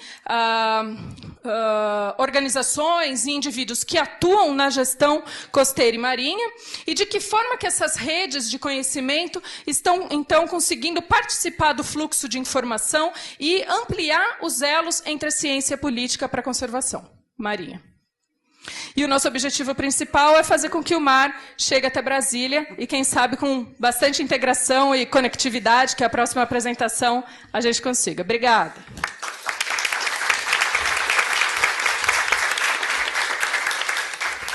É muito curioso, e assim eu estou me dando conta que a gente não tinha pensado nisso, que os dois últimos pontos que a Ana Paula falou, que é governança e conectividade, são os dois últimos pontos que a gente está abordando aqui, são dois gargalos importantes que a gente precisa ter um amadurecimento, né, e talvez uma clareza maior de como atacar essas questões, né? Então, a gente acertou sem pensar assim claramente nisso, né? E aí eu, dizendo isso, passo a palavra para o Vic, né, que vai... Oi? Vai trazer as soluções aqui, vai falar sobre essa abordagem da conectividade, das conexões, que são importantes nessa temática. Vic, por favor. Muito obrigado a presença de todos. Tchau. Eu acho que a coisa mais fantástica num evento como esse é que a sensação de comunidade é muito forte, né? Nós estamos aqui em cima, os vários que vieram aqui falar, conversar, e também para a plateia que está na internet, para convertidos, talvez, né? Talvez algumas pessoas mais curiosas do que outras, mas a maior parte, pessoas que estão na mesma faixa, na mesma frequência de interesse. Então é importante que nós, como uma comunidade de convertidos, façamos uma reflexão. E uma reflexão que, para mim, é muito querida, digamos assim. É um desafio enorme seguir os palestrantes de hoje, não só dessa mesa, mas das anteriores também, e fazer aqui uma fala sobre conectividade de uma forma que traga, de fato, algo novo. Não é esse o desafio que eu me proponho. Proponho a vocês que respirem fundo. Nós não estamos no fundo do mar, nós estamos sobre um barco, por mais furado que ele esteja, mas nós estamos aqui. Então vamos respirar fundo e seguir adiante, porque isso é, para mim, a mensagem mais importante de um evento como esse. Então, a reflexão que eu faço aqui é qual é a nossa narrativa, porque nós estamos levando algo para o mundo que precisa se transformar na percepção do assunto desse encontro, na percepção dos assuntos que cada um de vocês aqui e além daqui tratam, e isso é de uma importância muito grande. O meu desafio, do ponto de vista de tratar a questão da conectividade, é, em primeiro lugar, ao invés inicialmente de falar das políticas públicas, é falar de política pública. Política pública, especialmente no Brasil, está caída em desgraça, ela está no fundo do poço, né? Nós estamos vivendo uma crise política tremenda do ponto de vista da crença de nós brasileiros e aqueles que olham para o Brasil como um país de liderança, do ponto de vista de liderarmos uma questão que depende de políticas públicas. Mais e mais as políticas públicas elas estão cada vez mais coletivas, cada vez mais consultivas, e cada vez menos de indivíduos que têm grandes ideias e as propõem. Então, isso é uma maravilha do ponto de vista da política pública e que a gente precisa reconhecer o poder de transformação e o poder de libertação de políticas públicas e que a gente fica longe de tiranos, longe de pessoas mal intencionadas. E isso é uma coisa que nós precisamos, sempre quando acordarmos todo dia, refletirmos que é isso que nós temos em políticas públicas. Nós temos que acreditar nisso. Então, eu parto deste ponto de vista, dessa perspectiva, para a gente progredir em interpretar e entender as políticas públicas que nós temos em mãos. A Ana Paula, principalmente, que vem de uma divisão do governo, né? Hoje ela é diretora de um departamento muito importante de ecossistemas, mas também é uma dos estandartes da área marinha dentro do governo, dentro do Ministério de Meio Ambiente, do ICMBio também, onde ela sempre esteve ligada, nos apresentou uma miríade, digamos, de documentos que são, em essência, parte de uma política pública ou muitas políticas públicas. A conectividade marinha, ela não é apenas marinha no sentido amplo, ela também tem uma relação marinho-costeira, ela tem uma relação com os mangues, e ela também tem uma relação 3D, digamos assim, que é em profundidade. Nós temos uma conectividade, digamos, horizontal e uma vertical no mar, que é muito diferente de uma floresta que tem aí 30, 40 metros de um ambiente, que interage com a atmosfera, mas o mar não, o mar ele tem uma série de outras características. Eu não sou especialista do mar, então não vou me enroscar nesse discurso, mas é muito importante que a gente entenda esse aspecto. Eu trouxe, de fato, 2 pontos para tratar e apresentar de uma forma mais objetiva. Eu tive a grande oportunidade, privilégio, honra de participar da equipe do Ministério do Meio Ambiente como diretor do Departamento de Áreas Protegidas, onde uma das funções e tarefas que o secretário Zé Pedro me passou foi a empurrar, talvez, né, que é bem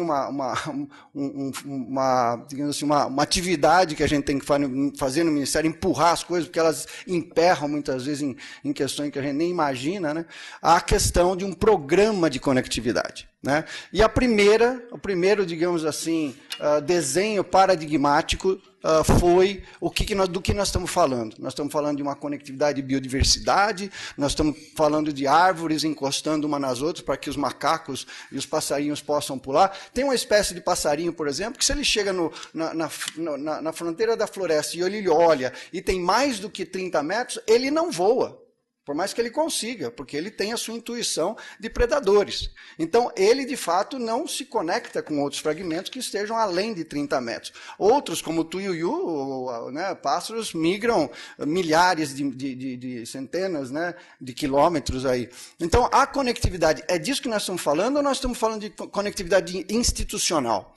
Ou de pessoas e organizações, pessoas jurídicas e físicas? O setor público só pode fazer o que está previsto em lei. Eu não posso, como um gestor público, um funcionário público, ser criativo. Tem um negócio legal para fazer, que eu vou fazer. Não posso. Se não estiver previsto em lei, o funcionário público, a instituição pública não pode agir. Enquanto que a sociedade, tanto o cidadão quanto a empresa, ela pode fazer tudo desde que não seja proibido. Né? Então, nós estamos tratando de coisas muito diferentes do ponto de vista de instrumentos aqui, que um programa como um programa desse tipo, que tem que conectar, né, essas diferentes instituições, pessoas, organizações, que a gente realmente se deparou com isso. Então, o que nós fizemos? Trouxemos para a mesa 4 ministérios importantes do ponto de vista da conectividade. Estamos no Ministério do Meio Ambiente, trouxemos o Ministério da Agricultura, trouxemos o Ministério da Defesa e trouxemos o Itamaraty, o Ministério das Relações Exteriores, para discutir esse assunto de conectividade. Transfronteirismo é um tabu. O Itamaraty não nos deixa tratar de questões transfronteiriças de maneira trivial. A questão de soberania é uma coisa muito complexa dentro de um governo. Do ponto de vista da defesa, por nossa sorte para esse nosso grupo aqui, o Ministério da Defesa encarregou a Marinha para fazer parte desse grupo. Então, tivemos um capitão de mar e guerra que veio com mais uma pessoa e formamos, então, um grupo de 25 pessoas para tratar desse programa, que tem essas 3 portarias e uma última portaria que saiu agora, em março, né, de 2018, a 75, que instala um programa. E esse programa, então, ele tem um escopo geral, ele tem, digamos assim, uma institucionalidade que é resultado de 1 ano e meio, 25 reuniões oficiais, fora o dia a dia dos diálogos e conversas que tivemos. Né? É de um detalhamento, obviamente, que eu não vou me ater aqui. Mas a questão é que 90% do tempo nós estamos tratando de questões territoriais e não aquateriais, né? Eu gostaria muito de ter um termo que se remetesse à questão aquífera marinha de uma forma mais objetiva. Então, obviamente que a questão marinha, nesse programa, eu não posso dizer que ela não é marginal. Ela foi constantemente, várias pessoas falaram disso, que a maior parte das políticas públicas ambientais no Brasil são tratadas em função da Amazônia, dos problemas da Amazônia, e não nem da Mata Atlântica, né? Por mais que nós tenhamos os impactos dos mais diversos. E isso é uma questão importante para nós olharmos, num grupo como esse, da importância de que isso gera e nos dá perspectiva. De qualquer maneira, esse assunto de conectividade ele tem todo um histórico. Começa lá em 93 com algum tipo de política pública e chega agora com uma política pública que chama-se Programa Conecta do Ministério do Meio Ambiente. Ele não é uma política pública da Casa Civil ainda. Ele poderá se transformar numa, né, política pública, como é o Código Florestal, como é o SNUC, como uma série de coisas que são decretadas pela Casa Civil e depois validadas no Congresso, ou o inverso. Né? Então, do que nós estamos falando aqui? Qual que é a narrativa que nós temos que construir do ponto de vista de conectividade em geral? É uma coisa de tal complexidade que nós precisamos colocar todos os nossos neurônios e esforços para conduzir um assunto que tem a complexidade que essas 3 palestrantes que me antecederam trataram de forma mais brilhante. Não tem um retoque para se fazer do ponto de vista de apresentar a problemática. O programa Conecta ele tem não só uma finalidade, um objetivo geral e vários objetivos específicos, mas ele também tem linhas de atuação. Isso foi matéria de discussão constante em vários grupos de trabalho, em reuniões coletivas desses 4 ministérios e fechadas. Né? A gente não chamava ONG, a gente não chamava organizações. O Max teve o Braulio Dias, o Dr. Braulio Dias da UNB, que é uma figura muito importante do ponto de vista da biodiversidade, foi um constante conselheiro. Eu entendi essa dinâmica, estando numa cadeira pública, a dificuldade, muitas vezes, que a gente tem de conectar e discutir isso com organismos, pessoas interessadas. Né? Trouxemos, às vezes, algumas pessoas para discutir, mas nós tínhamos que circunscrever alguma coisa. E isso foi o objetivo de colocar eixos e linhas de atuação, né? No final, a própria IUCN foi contratada como uma parte para nos auxiliar em conduzir a sistematização disso. Trouxemos, digamos assim, o expertise da IUCN para tratar. E eu estou falando aqui hoje como um membro de um grupo de pesquisa da universidade. Eu não estou mais falando como membro do governo. Por favor, se eu escorregar aqui, me entendam dessa forma. O que me dá uma liberdade poética até de poder falar e fazer uma reflexão mais livre, né? Do que quando eu estava numa cadeira pública, né? Mas, assim, dentro dos eixos temáticos, dentro das áreas de atuação, nós tentamos abranger ao máximo questões, e as questões marinhas estiveram sempre, ou dentro das metas de Aichi, ou dentro de uma questão de que nós tínhamos que olhar para a lacuna que existe entre, por exemplo, o Código Florestal e o SNUC. Existe um espaço em branco, uma área cinza, muito específica do ponto de vista do tratamento. Coisas que não estão pacificadas, por exemplo, a zona de amortecimento de área protegida de unidade de conservação dentro de propriedade privada. É uma loucura você tratar disso, isso dá uma briga do caramba, né?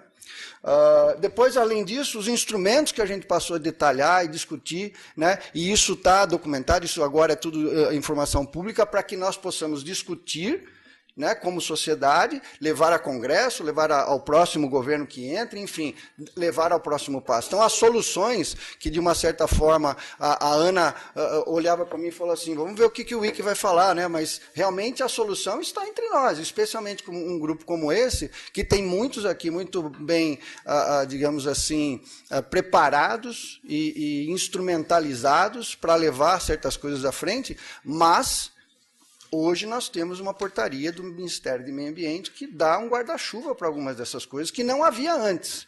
Nós vamos deixar isso como letra morta, ou nós vamos pegar esse documento, esmiuçar ele, enfiar em cada TCC, em cada tese de mestrado, em cada pós-doc, e trazer para as empresas que atuam no âmbito marinho, para os governos de estados, municipais, enfim, as comunidades, as organizações, né? Então, tudo isso, e eu acho que agora nós temos, de uma forma, por mais singela que seja, nós temos um instrumento que dá um norte, discutido por pessoas e instituições que têm sobriedade e substância para tratar do assunto. Por exemplo, a questão de territórios prioritários. Isso aqui como exemplo, né? Como que nós discutimos isso? A gente, obviamente, fez uma matriz, discutiu isso de uma forma matricial, tentando incluir todas essas questões de uma forma orgânica, né? Mas, obviamente, que nós trouxemos o mapa da reserva da biosfera, reserva da biosfera Reservas.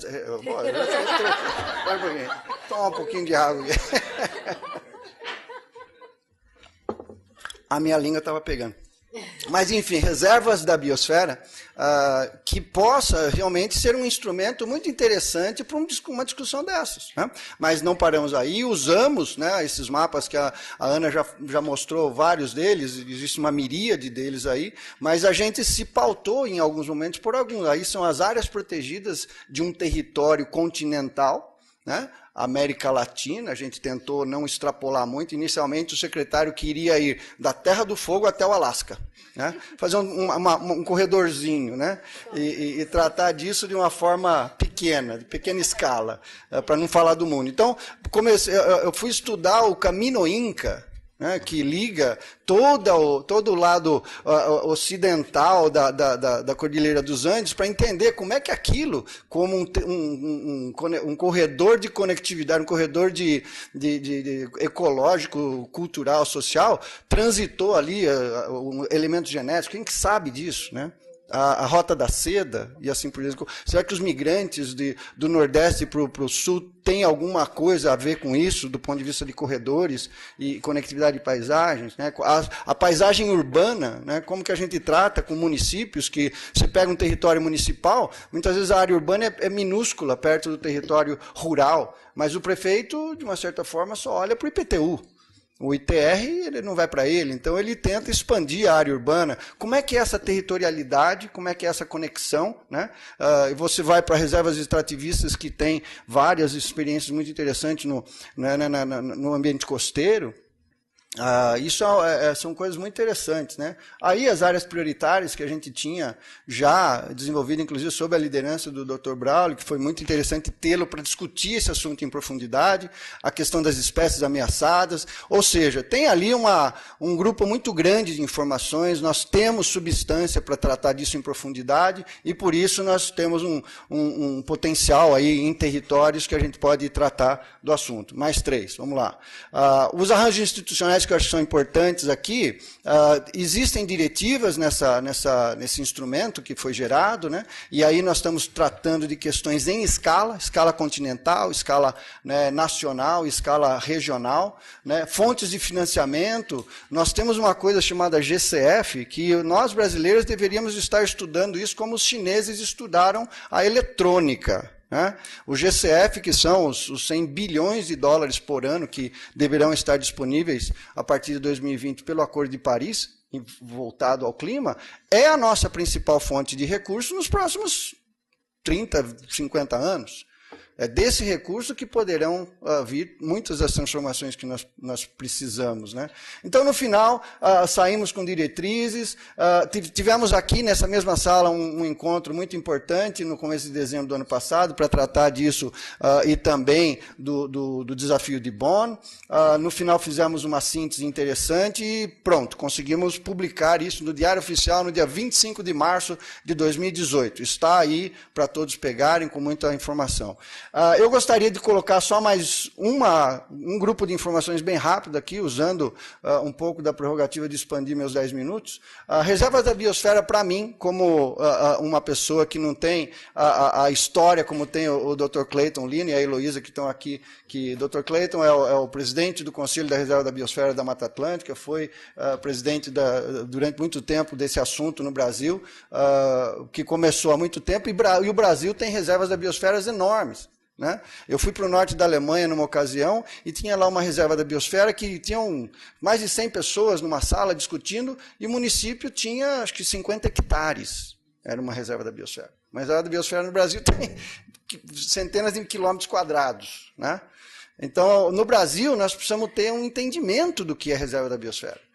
A reserva da biosfera é um reconhecimento de um órgão que é a Unesco, através de um programa, que é o Homem e Biosfera, apesar de já estar politicamente incorreto o nome, mas é um reconhecimento institucional de uma área que nós, aqui no Brasil, pedimos para que seja reconhecida.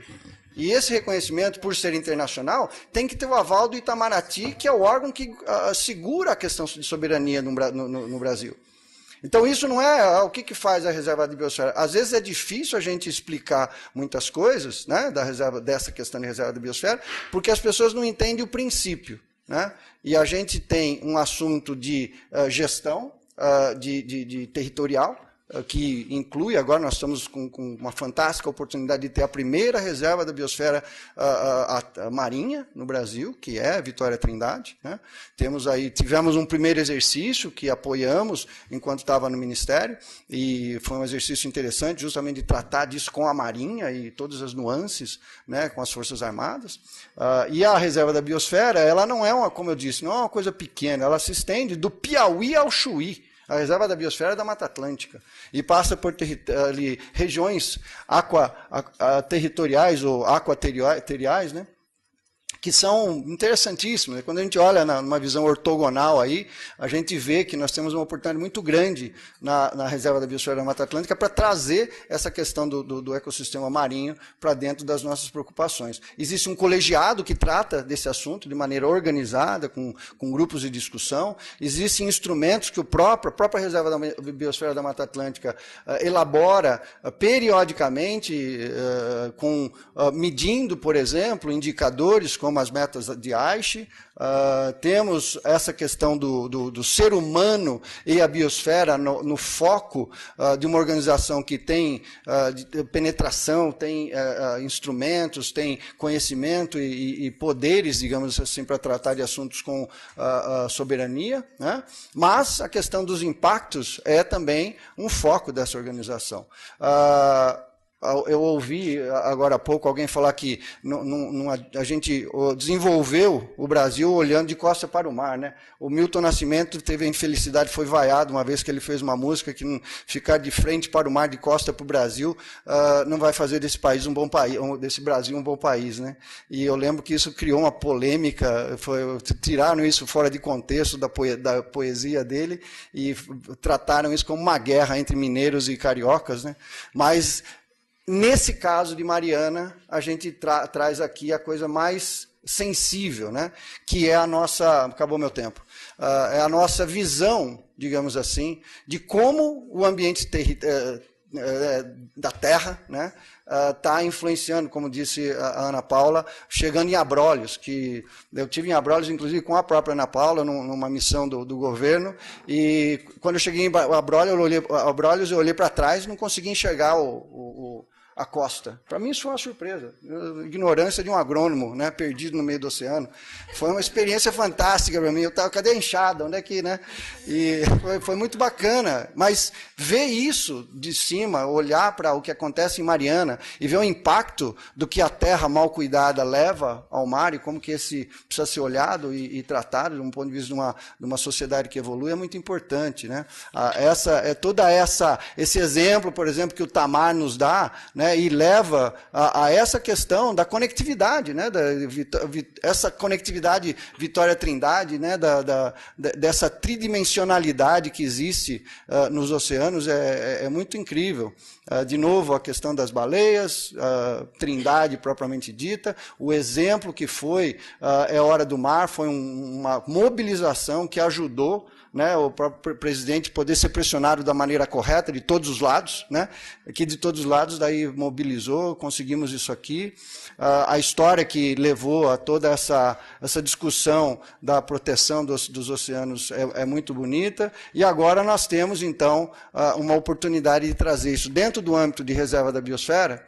É uma discussão nova também no Brasil. Como é que a gente traz isso num ambiente como é esse aqui? Então, mas o nosso último slide aqui, né, que é o estudo que foi feito, a única coisa é que a roda, a bola em volta de Vitória de Trindade, quer dizer, agora ela toda virou uma área protegida, como a gente já viu no mapa anterior. Então fica realmente essa reflexão para ser feita, né, da nossa habilidade de sermos como um grupo que tem uma identidade marinha para a gente levar esse assunto para frente. Então, era isso que eu tinha a trazer para essa reflexão que temos que fazer aqui. Mais uma vez, agradeço bastante a oportunidade de ter passado esses 2 anos aqui trabalhando com gente maravilhosa. Obrigado. Obrigado, Vic. Obrigado. Acho que essa fala ela amarra as falas anteriores e dá uma direção para a gente caminhar, né? Uma direção integrada, conectada em todos os aspectos. Antes de abrir para as perguntas, a gente vai ter um tempo curto de perguntas. Temos aqui uma chegando pela internet. E eu queria passar a palavra para a Ana Paula, que ela pediu para fazer uns comentários rápidos, né, Ana? Em relação às falas que foram... Aqui dá para falar? Dá. Oi. E tá dando pra daí ouvir? você puder ser bem Rapidinho. objetiva nas suas pontuações. Não, eu queria só colocar que eu achei super legal, assim, constatar que, por exemplo, a Carol e a Leandra, né, são novinhas, né, gente? Estavam ali falando, do otimismo que a Ana Paula falou, que não é tão bem assim. Queria ver se vocês tivessem chegado em Brasília em 92.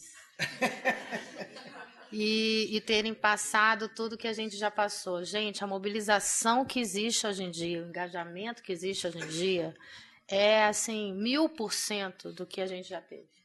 Por isso que eu ando muito otimista, realmente. A gente está passando por uma crise absurda política, como o Wick falou, todo mundo sabe, todo mundo está acompanhando, mas eu acho que, sinceramente, principalmente falando aqui num público jovem, né, de estudantes, a gente tem que mostrar o lado bom e o otimismo, porque eu acho que para sair disso só com muito otimismo mesmo. E o engajamento da sociedade hoje em dia, até mesmo por causa das questões de Facebook, mídias sociais de uma maneira geral, está muito rápido e está muito bom. Para o bem e para o mal, óbvio, mas está impulsionando muita coisa. Vocês vejam só a história do próprio ICMBio. Nós conseguimos segurar a a questão da nomeação de um presidente político, porque a gente soube no dia, né? E foi mobilização social dos funcionários, dos parceiros, de todo mundo.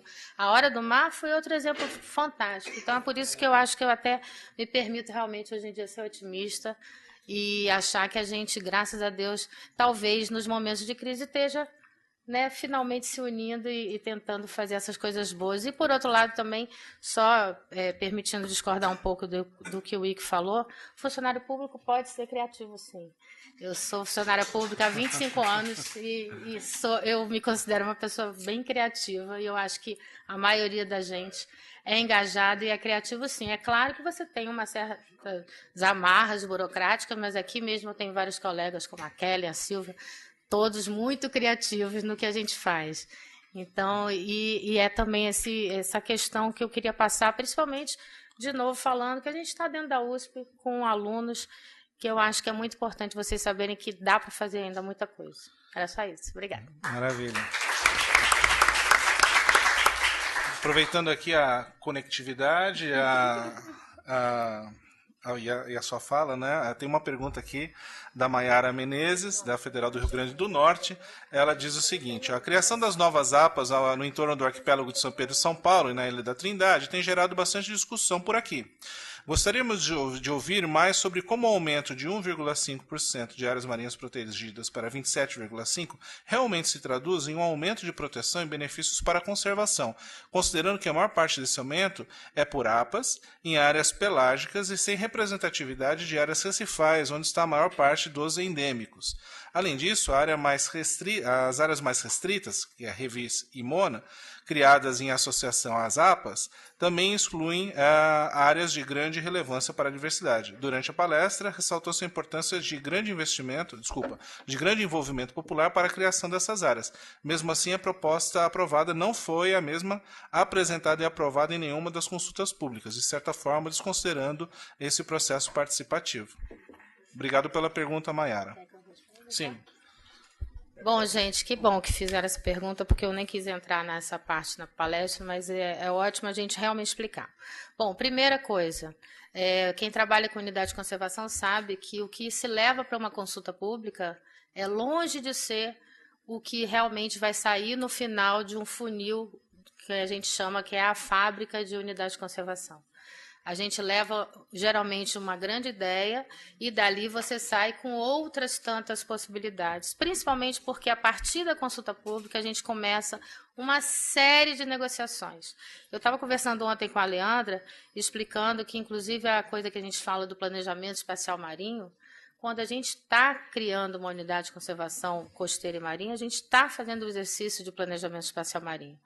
A ideia inicial, o layer principal é a conservação, mas os outros todos vão entrando e você vai tendo que recortar, puxar daqui, puxar dali, para conseguir fazer sair as unidades de conservação, que não é nada fácil. A gente, volta a dizer, a gente teve uma grande sorte e uma brecha de oportunidade de conseguir criar essas áreas, mas eu acompanho, por exemplo, o Banco de Abrolhos, que a gente tenta criar há quantos anos e a gente não consegue porque Minas e Energia tem interesse, a Marinha tem interesse, transporte tem interesse e assim por diante, a gente não consegue avançar. Então, essa é uma questão que eu acho que vale a pena colocar, que não é fácil criar o ser. É muito difícil, é um trabalho hercúleo. A maioria dos processos leva de 3 a 10 anos. Vídeo Alcatraz, né, Kelly? Quanto tempo que a gente tentou criar. Mas, enfim, isso é uma das respostas. A outra, a questão da representatividade, realmente não saiu o 10. A gente tinha uma proposta de 0, a gente chegou, eu acho que numa proposta de 8,5. O 10 não foi possível, exatamente por causa das negociações todas, principalmente no caso da Marinha, que é digamos, a detentora ali de alguns territórios. Então, São Pedro e São Paulo, parte das ilhas ficaram fora do Mona, mas, em compensação, o Mona ficou absurdamente grande do que foi apresentado na consulta pública.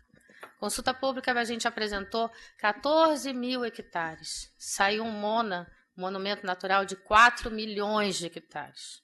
Muito maior, tirando uma partezinha. Essa partezinha, agora, a gente está fazendo a legislação toda a questão da regulamentação pesqueira e vai ter já um monte de regras bem diferenciadas na parte rasa ali, que vai interessar a todos. Então, eu não acho que foi uma grande perda. Foi uma perda? Foi. Mas eu não acho que é o fim do mundo. Legal. Em Trindade, por exemplo, também, o que aconteceu? Parte da ilha de Trindade ia ficar totalmente fora. Por quê? Porque a Marinha tem ali 28 casas, é a base dela, etc, etc. Do mesmo jeito que Alcatraz tem uma ilha que é fora, em Abrolhos a gente tem uma ilha que é fora do parque e assim por diante. Mesmo assim, a gente negociou e conseguimos chegar a uma parte bem menor dentro da própria ilha como monumento natural. E ainda fizemos, por não estar dentro de Dom Mussê, ao contrário, São Pedro e São Paulo, que o resto ficou como APA, essa parte está lá escrito no próprio decreto que a gente vai fazer uma gestão ambiental conjunta com a Marinha, dada a importância. E, do mesmo jeito, foram criados monumentos naturais muito grandes, em cima de Martim Vaz, em cima do Monte Colúmbia.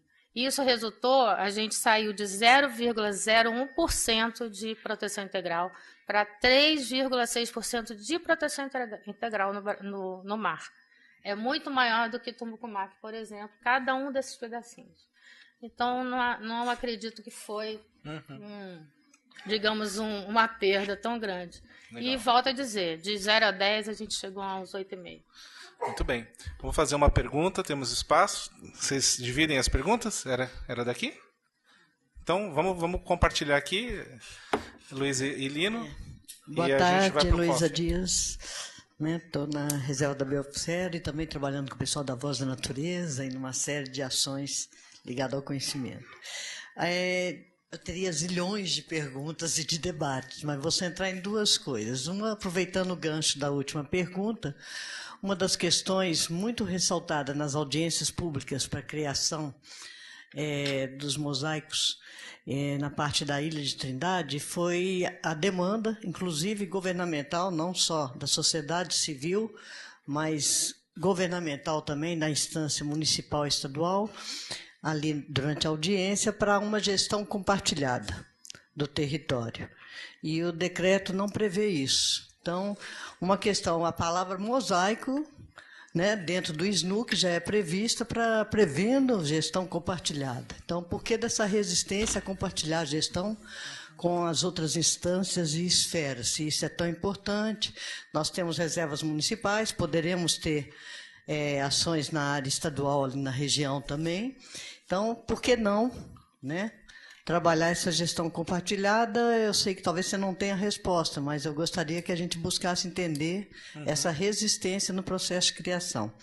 O outro questão que eu queria destacar, assim, a questão do monitoramento da pesca, que está suspenso desde 2008, e queria que vocês me confirmassem. A gente tentou ter acesso, quando do estudo para a proposição da Reserva da Biosfera Marinha, aos dados do PREPS. E eles estão trancados a 7 chaves, a gente não tem acesso, que é o do rastreamento dos barcos e tudo mais. E estava se tentando ter acesso aos dados anteriores. A gente não conseguiu, ali na divisão com o pessoal e tudo mais. Aí falaram que estava em trânsito, porque tinha extinto o Ministério da Pesca, esses dados estavam passando para direito ali da Secretaria de Biodiversidade. Eu queria saber se esses dados estão disponíveis, se a gente consegue ter, porque eles indicam todo um processo, né, da pesca no Brasil, dos barcos e tudo mais, se eles já estão disponíveis, se vocês têm conhecimento disso, ou não. Luísa, já vamos aproveitar o Lino, se você quiser fazer a pergunta, aí a gente já fecha com a resposta da mesa. Ok, Cleiton Lino, da Reserva da Biosfera da Mata Atlântica também, e a gente participou muito ativamente nessa campanha, a Hora do Mar, com muitas instituições, teve apoio, e também trabalhamos diretamente, aí coordenamos, inclusive, a proposta de criação da Reserva da Biosfera Marinha na cadeia Vitória Trindade. Então, as minhas colocações aí são basicamente em cima dessas duas experiências que eu acho que traz coisas importantes no pensamento da conectividade. Primeiro, sobre a questão da Reserva da Biosfera Marinha, porque a visão pensando exatamente em conectividade, quer dizer, trabalhar a cadeia Vitória Trindade, não só as ilhas. Nós temos justamente a maior cordilheira submersa do Atlântico Sul, uma das maiores e mais importantes do mundo, do ponto de vista de biodiversidade, etc. Então, como que a gente realmente vai pensar e trabalhar a conectividade dos vários ecossistemas que compõem o bioma marinho, ou seja, pensar na representatividade também em profundidade. Essa é uma questão e a gente queria reforçar aí a proposta da reserva também na questão de governança. Eu acho que é muito importante, eu acho que foi a experiência da campanha Hora do Mar, que eu acho que deu certíssimo, assim, e tal. Concordo com a Ana Paula que não foi tudo que a gente queria, a gente entende como um passo importantíssimo que foi dado e que vai continuar depois, mas a gente precisa trabalhar a questão realmente da governança. E essa governança, ela deve ser compartilhada. Nós precisamos falar de cidadania marinha no Brasil. Então, ainda é muito comum a marinha achar que o mar pertence a ela. Os mineradores, por exemplo, assim, desculpa o comentário, mas, por exemplo, nós temos uma área da cordilheira que ainda são águas internacionais, que o Brasil está pleiteando. Então, para conservar, nós não podemos. Mas o DNPM foi lá e deu autorização para minerar. Então, quer dizer, nós podemos destruir, mas nós não podemos conservar. Então, nós precisamos realmente repensar a forma de tomada de decisão nessas questões. E, para isso, termos um conselho, pensando na cadeia como um todo, a gestão compartilhada, me parece fundamental. Então, eu queria só os comentários deles sobre isso. Maravilha. Obrigado. Então, pediria que os participantes fizessem comentários, não sei se todos vão fazer. Falou. Isso, respondi em cima da... Eu queria responder o que a Elô falou. Bom, primeiro, não teve muita resistência da questão da gestão compartilhada das áreas com os demais atores. O que teve foi uma questão até jurídica, porque a nossa primeira intenção foi botar de cara nos decretos que seria uma gestão compartilhada entre Marinha e ICMBio, inclusive, que ia ser a primeira vez que a gente botava num decreto. E aí a própria Marinha, com sua jurídica e o nosso jurídico, etc., falaram, não vai ser possível colocar isso, vai ficar a gestão do ICMBio em comparação com a Marinha, etc. E a questão dos demais atores, a gente vai sim e quer colocar na hora que implantar os conselhos e aí a gente começar a discutir com a questão do plano de manejo, né, que vai ter que ser uma coisa compartilhada e não só com outros atores estaduais ou que seja, mas muitos outros atores governamentais, como a própria pesca, a questão toda lá da CECIRM, né, que já tem todo o programa de pesquisa do Proarquipélago, Protrindade, etc. Então, não teve uma resistência, teve realmente alguns fatores jurídicos que a gente teve que tirar do texto inicial. A questão do PREPS, eu não sei qual é, assim, não me lembro por que você teve essa dificuldade de pegar, porque a gente tem os dados, na realidade o que existiam eram dados muito brutos, e o próprio Ministério do Meio Ambiente contratou consultores para fazer a análise desses dados. O pessoal que trabalhou para a criação das UCs, tanto São Paulo, Arquipélago São Pedro e São Paulo, quanto Trindade, teve acesso a isso, e a gente fez a análise em cima dos dados do PREPS, e eles estão disponíveis, tem inclusive agora um compilado sendo feito lá pela Secretaria de Biodiversidade, do pessoal que trabalha mais na gestão pesqueira, e isso está sendo disponibilizado para todo mundo, inclusive já está sendo visto para a questão de fiscalização, que a gente já está vendo que tem alguns barcos que entram na área do monumento natural, eles já começaram a ser avisados de que agora não pode mais entrar dentro da área do monumento e assim por diante. Agora, por outro lado, a gente tem um colapso, ou sei lá como é que eu vou chamar, tem a questão de realmente uma decadência da gestão pesqueira no Brasil há muitos anos, né? Com essa história, depois que terminou o Ministério, inclusive com a criação do Ministério da Pesca, a gente perdeu a estatística, né? Porque começou a se repensar todo um outro modelo e se parou a estatística pesqueira. Depois disso, a gente teve uma série de mudanças desse setor, e que agora voltou para ser uma secretaria especial junto à Presidência da República, saiu do MIDIC, ou seja, já foi para o MAPA, para o Ministério da Agricultura, saiu do MAPA, foi para o MIDIC, está no MIDIC, agora foi para a Casa Civil, e a gente espera que eles possam agora voltar a, pelo menos, se organizar, e isso fez com que alguns dados ficassem meio perdidos, e o PREPS também tem uma série, assim, um certo sucateamento. Então, com o GFMA, a gente está, inclusive hoje, o Banco Mundial com o FUNBio estão numa visita agora na Marinha, hoje, no dia de hoje, para ver como é que a gente vai fazer para melhorar os equipamentos, entrar com equipamentos novos, etc., porque o PREPS vai ser fundamental para fazer a fiscalização dessas áreas. Sem dúvida. Leandro, você complementa só um rapidinho que a gente vai ter que fechar. Então. É bem rápido, Turra, obrigada. Mas eu acho que também do PREP, se você não conseguir via do Ministério, que eu também concordo com a Ana, eu acho que é tranquilo de conseguir, mas você pode pedir através da Lei de Acesso à Informação. Alguns dados com relação ao Itamaraty que não estavam disponíveis e tal, acho que vale solicitar porque a resposta é rápida e o processo realmente funciona. Mas pegando o seu gancho com relação à gestão compartilhada e a participação social, realmente em 92, eu não estava na ECO 92, eu sei as histórias que o Cleiton me conta, ele estava. Mas o que eu posso ler também de 92, eu tenho lido bastante sobre isso. Mas eu não estava comparando hoje, eu acho que o cenário é bem melhor, e eu sou uma pessoa super optimista, embora eu não ache que o cenário seja otimista. Por quê? Porque existem muitos processos com relação à conservação costeira e marinha que ainda faltam abertura para a participação social.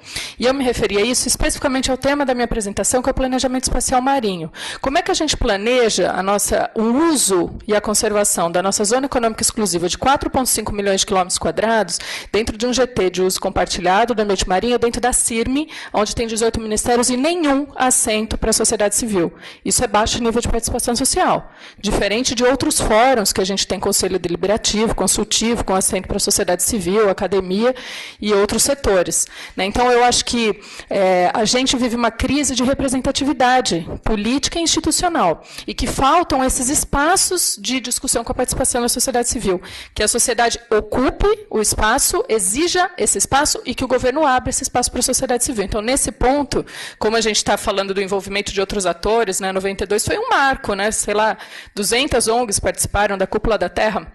A gente conquistou esse espaço, a gente precisa ocupar. Então, acho que nesse ponto a gente pode dar um passinho à frente. Era essa a minha questão. Dúvida. Obrigada. Isso faz parte dos próximos passos dessa mobilização que tem que ser mantida. E para isso a gente precisa formar gente, a gente precisa ter uma legião de pessoas trabalhando em cima disso nas mais variadas escalas, desde do município até no governo federal. E esse é um dos objetivos desse evento, ao divulgar essas temáticas, inclusive essa específica, e auxiliar a formação de recursos humanos no país em ciências do mar. Dito isso, convido a todos, agradeço a todos que participaram da mesa e convido a todos para um rápido break, um coffeezinho, um bolinho, para retornarmos para a última mesa em 10 minutos.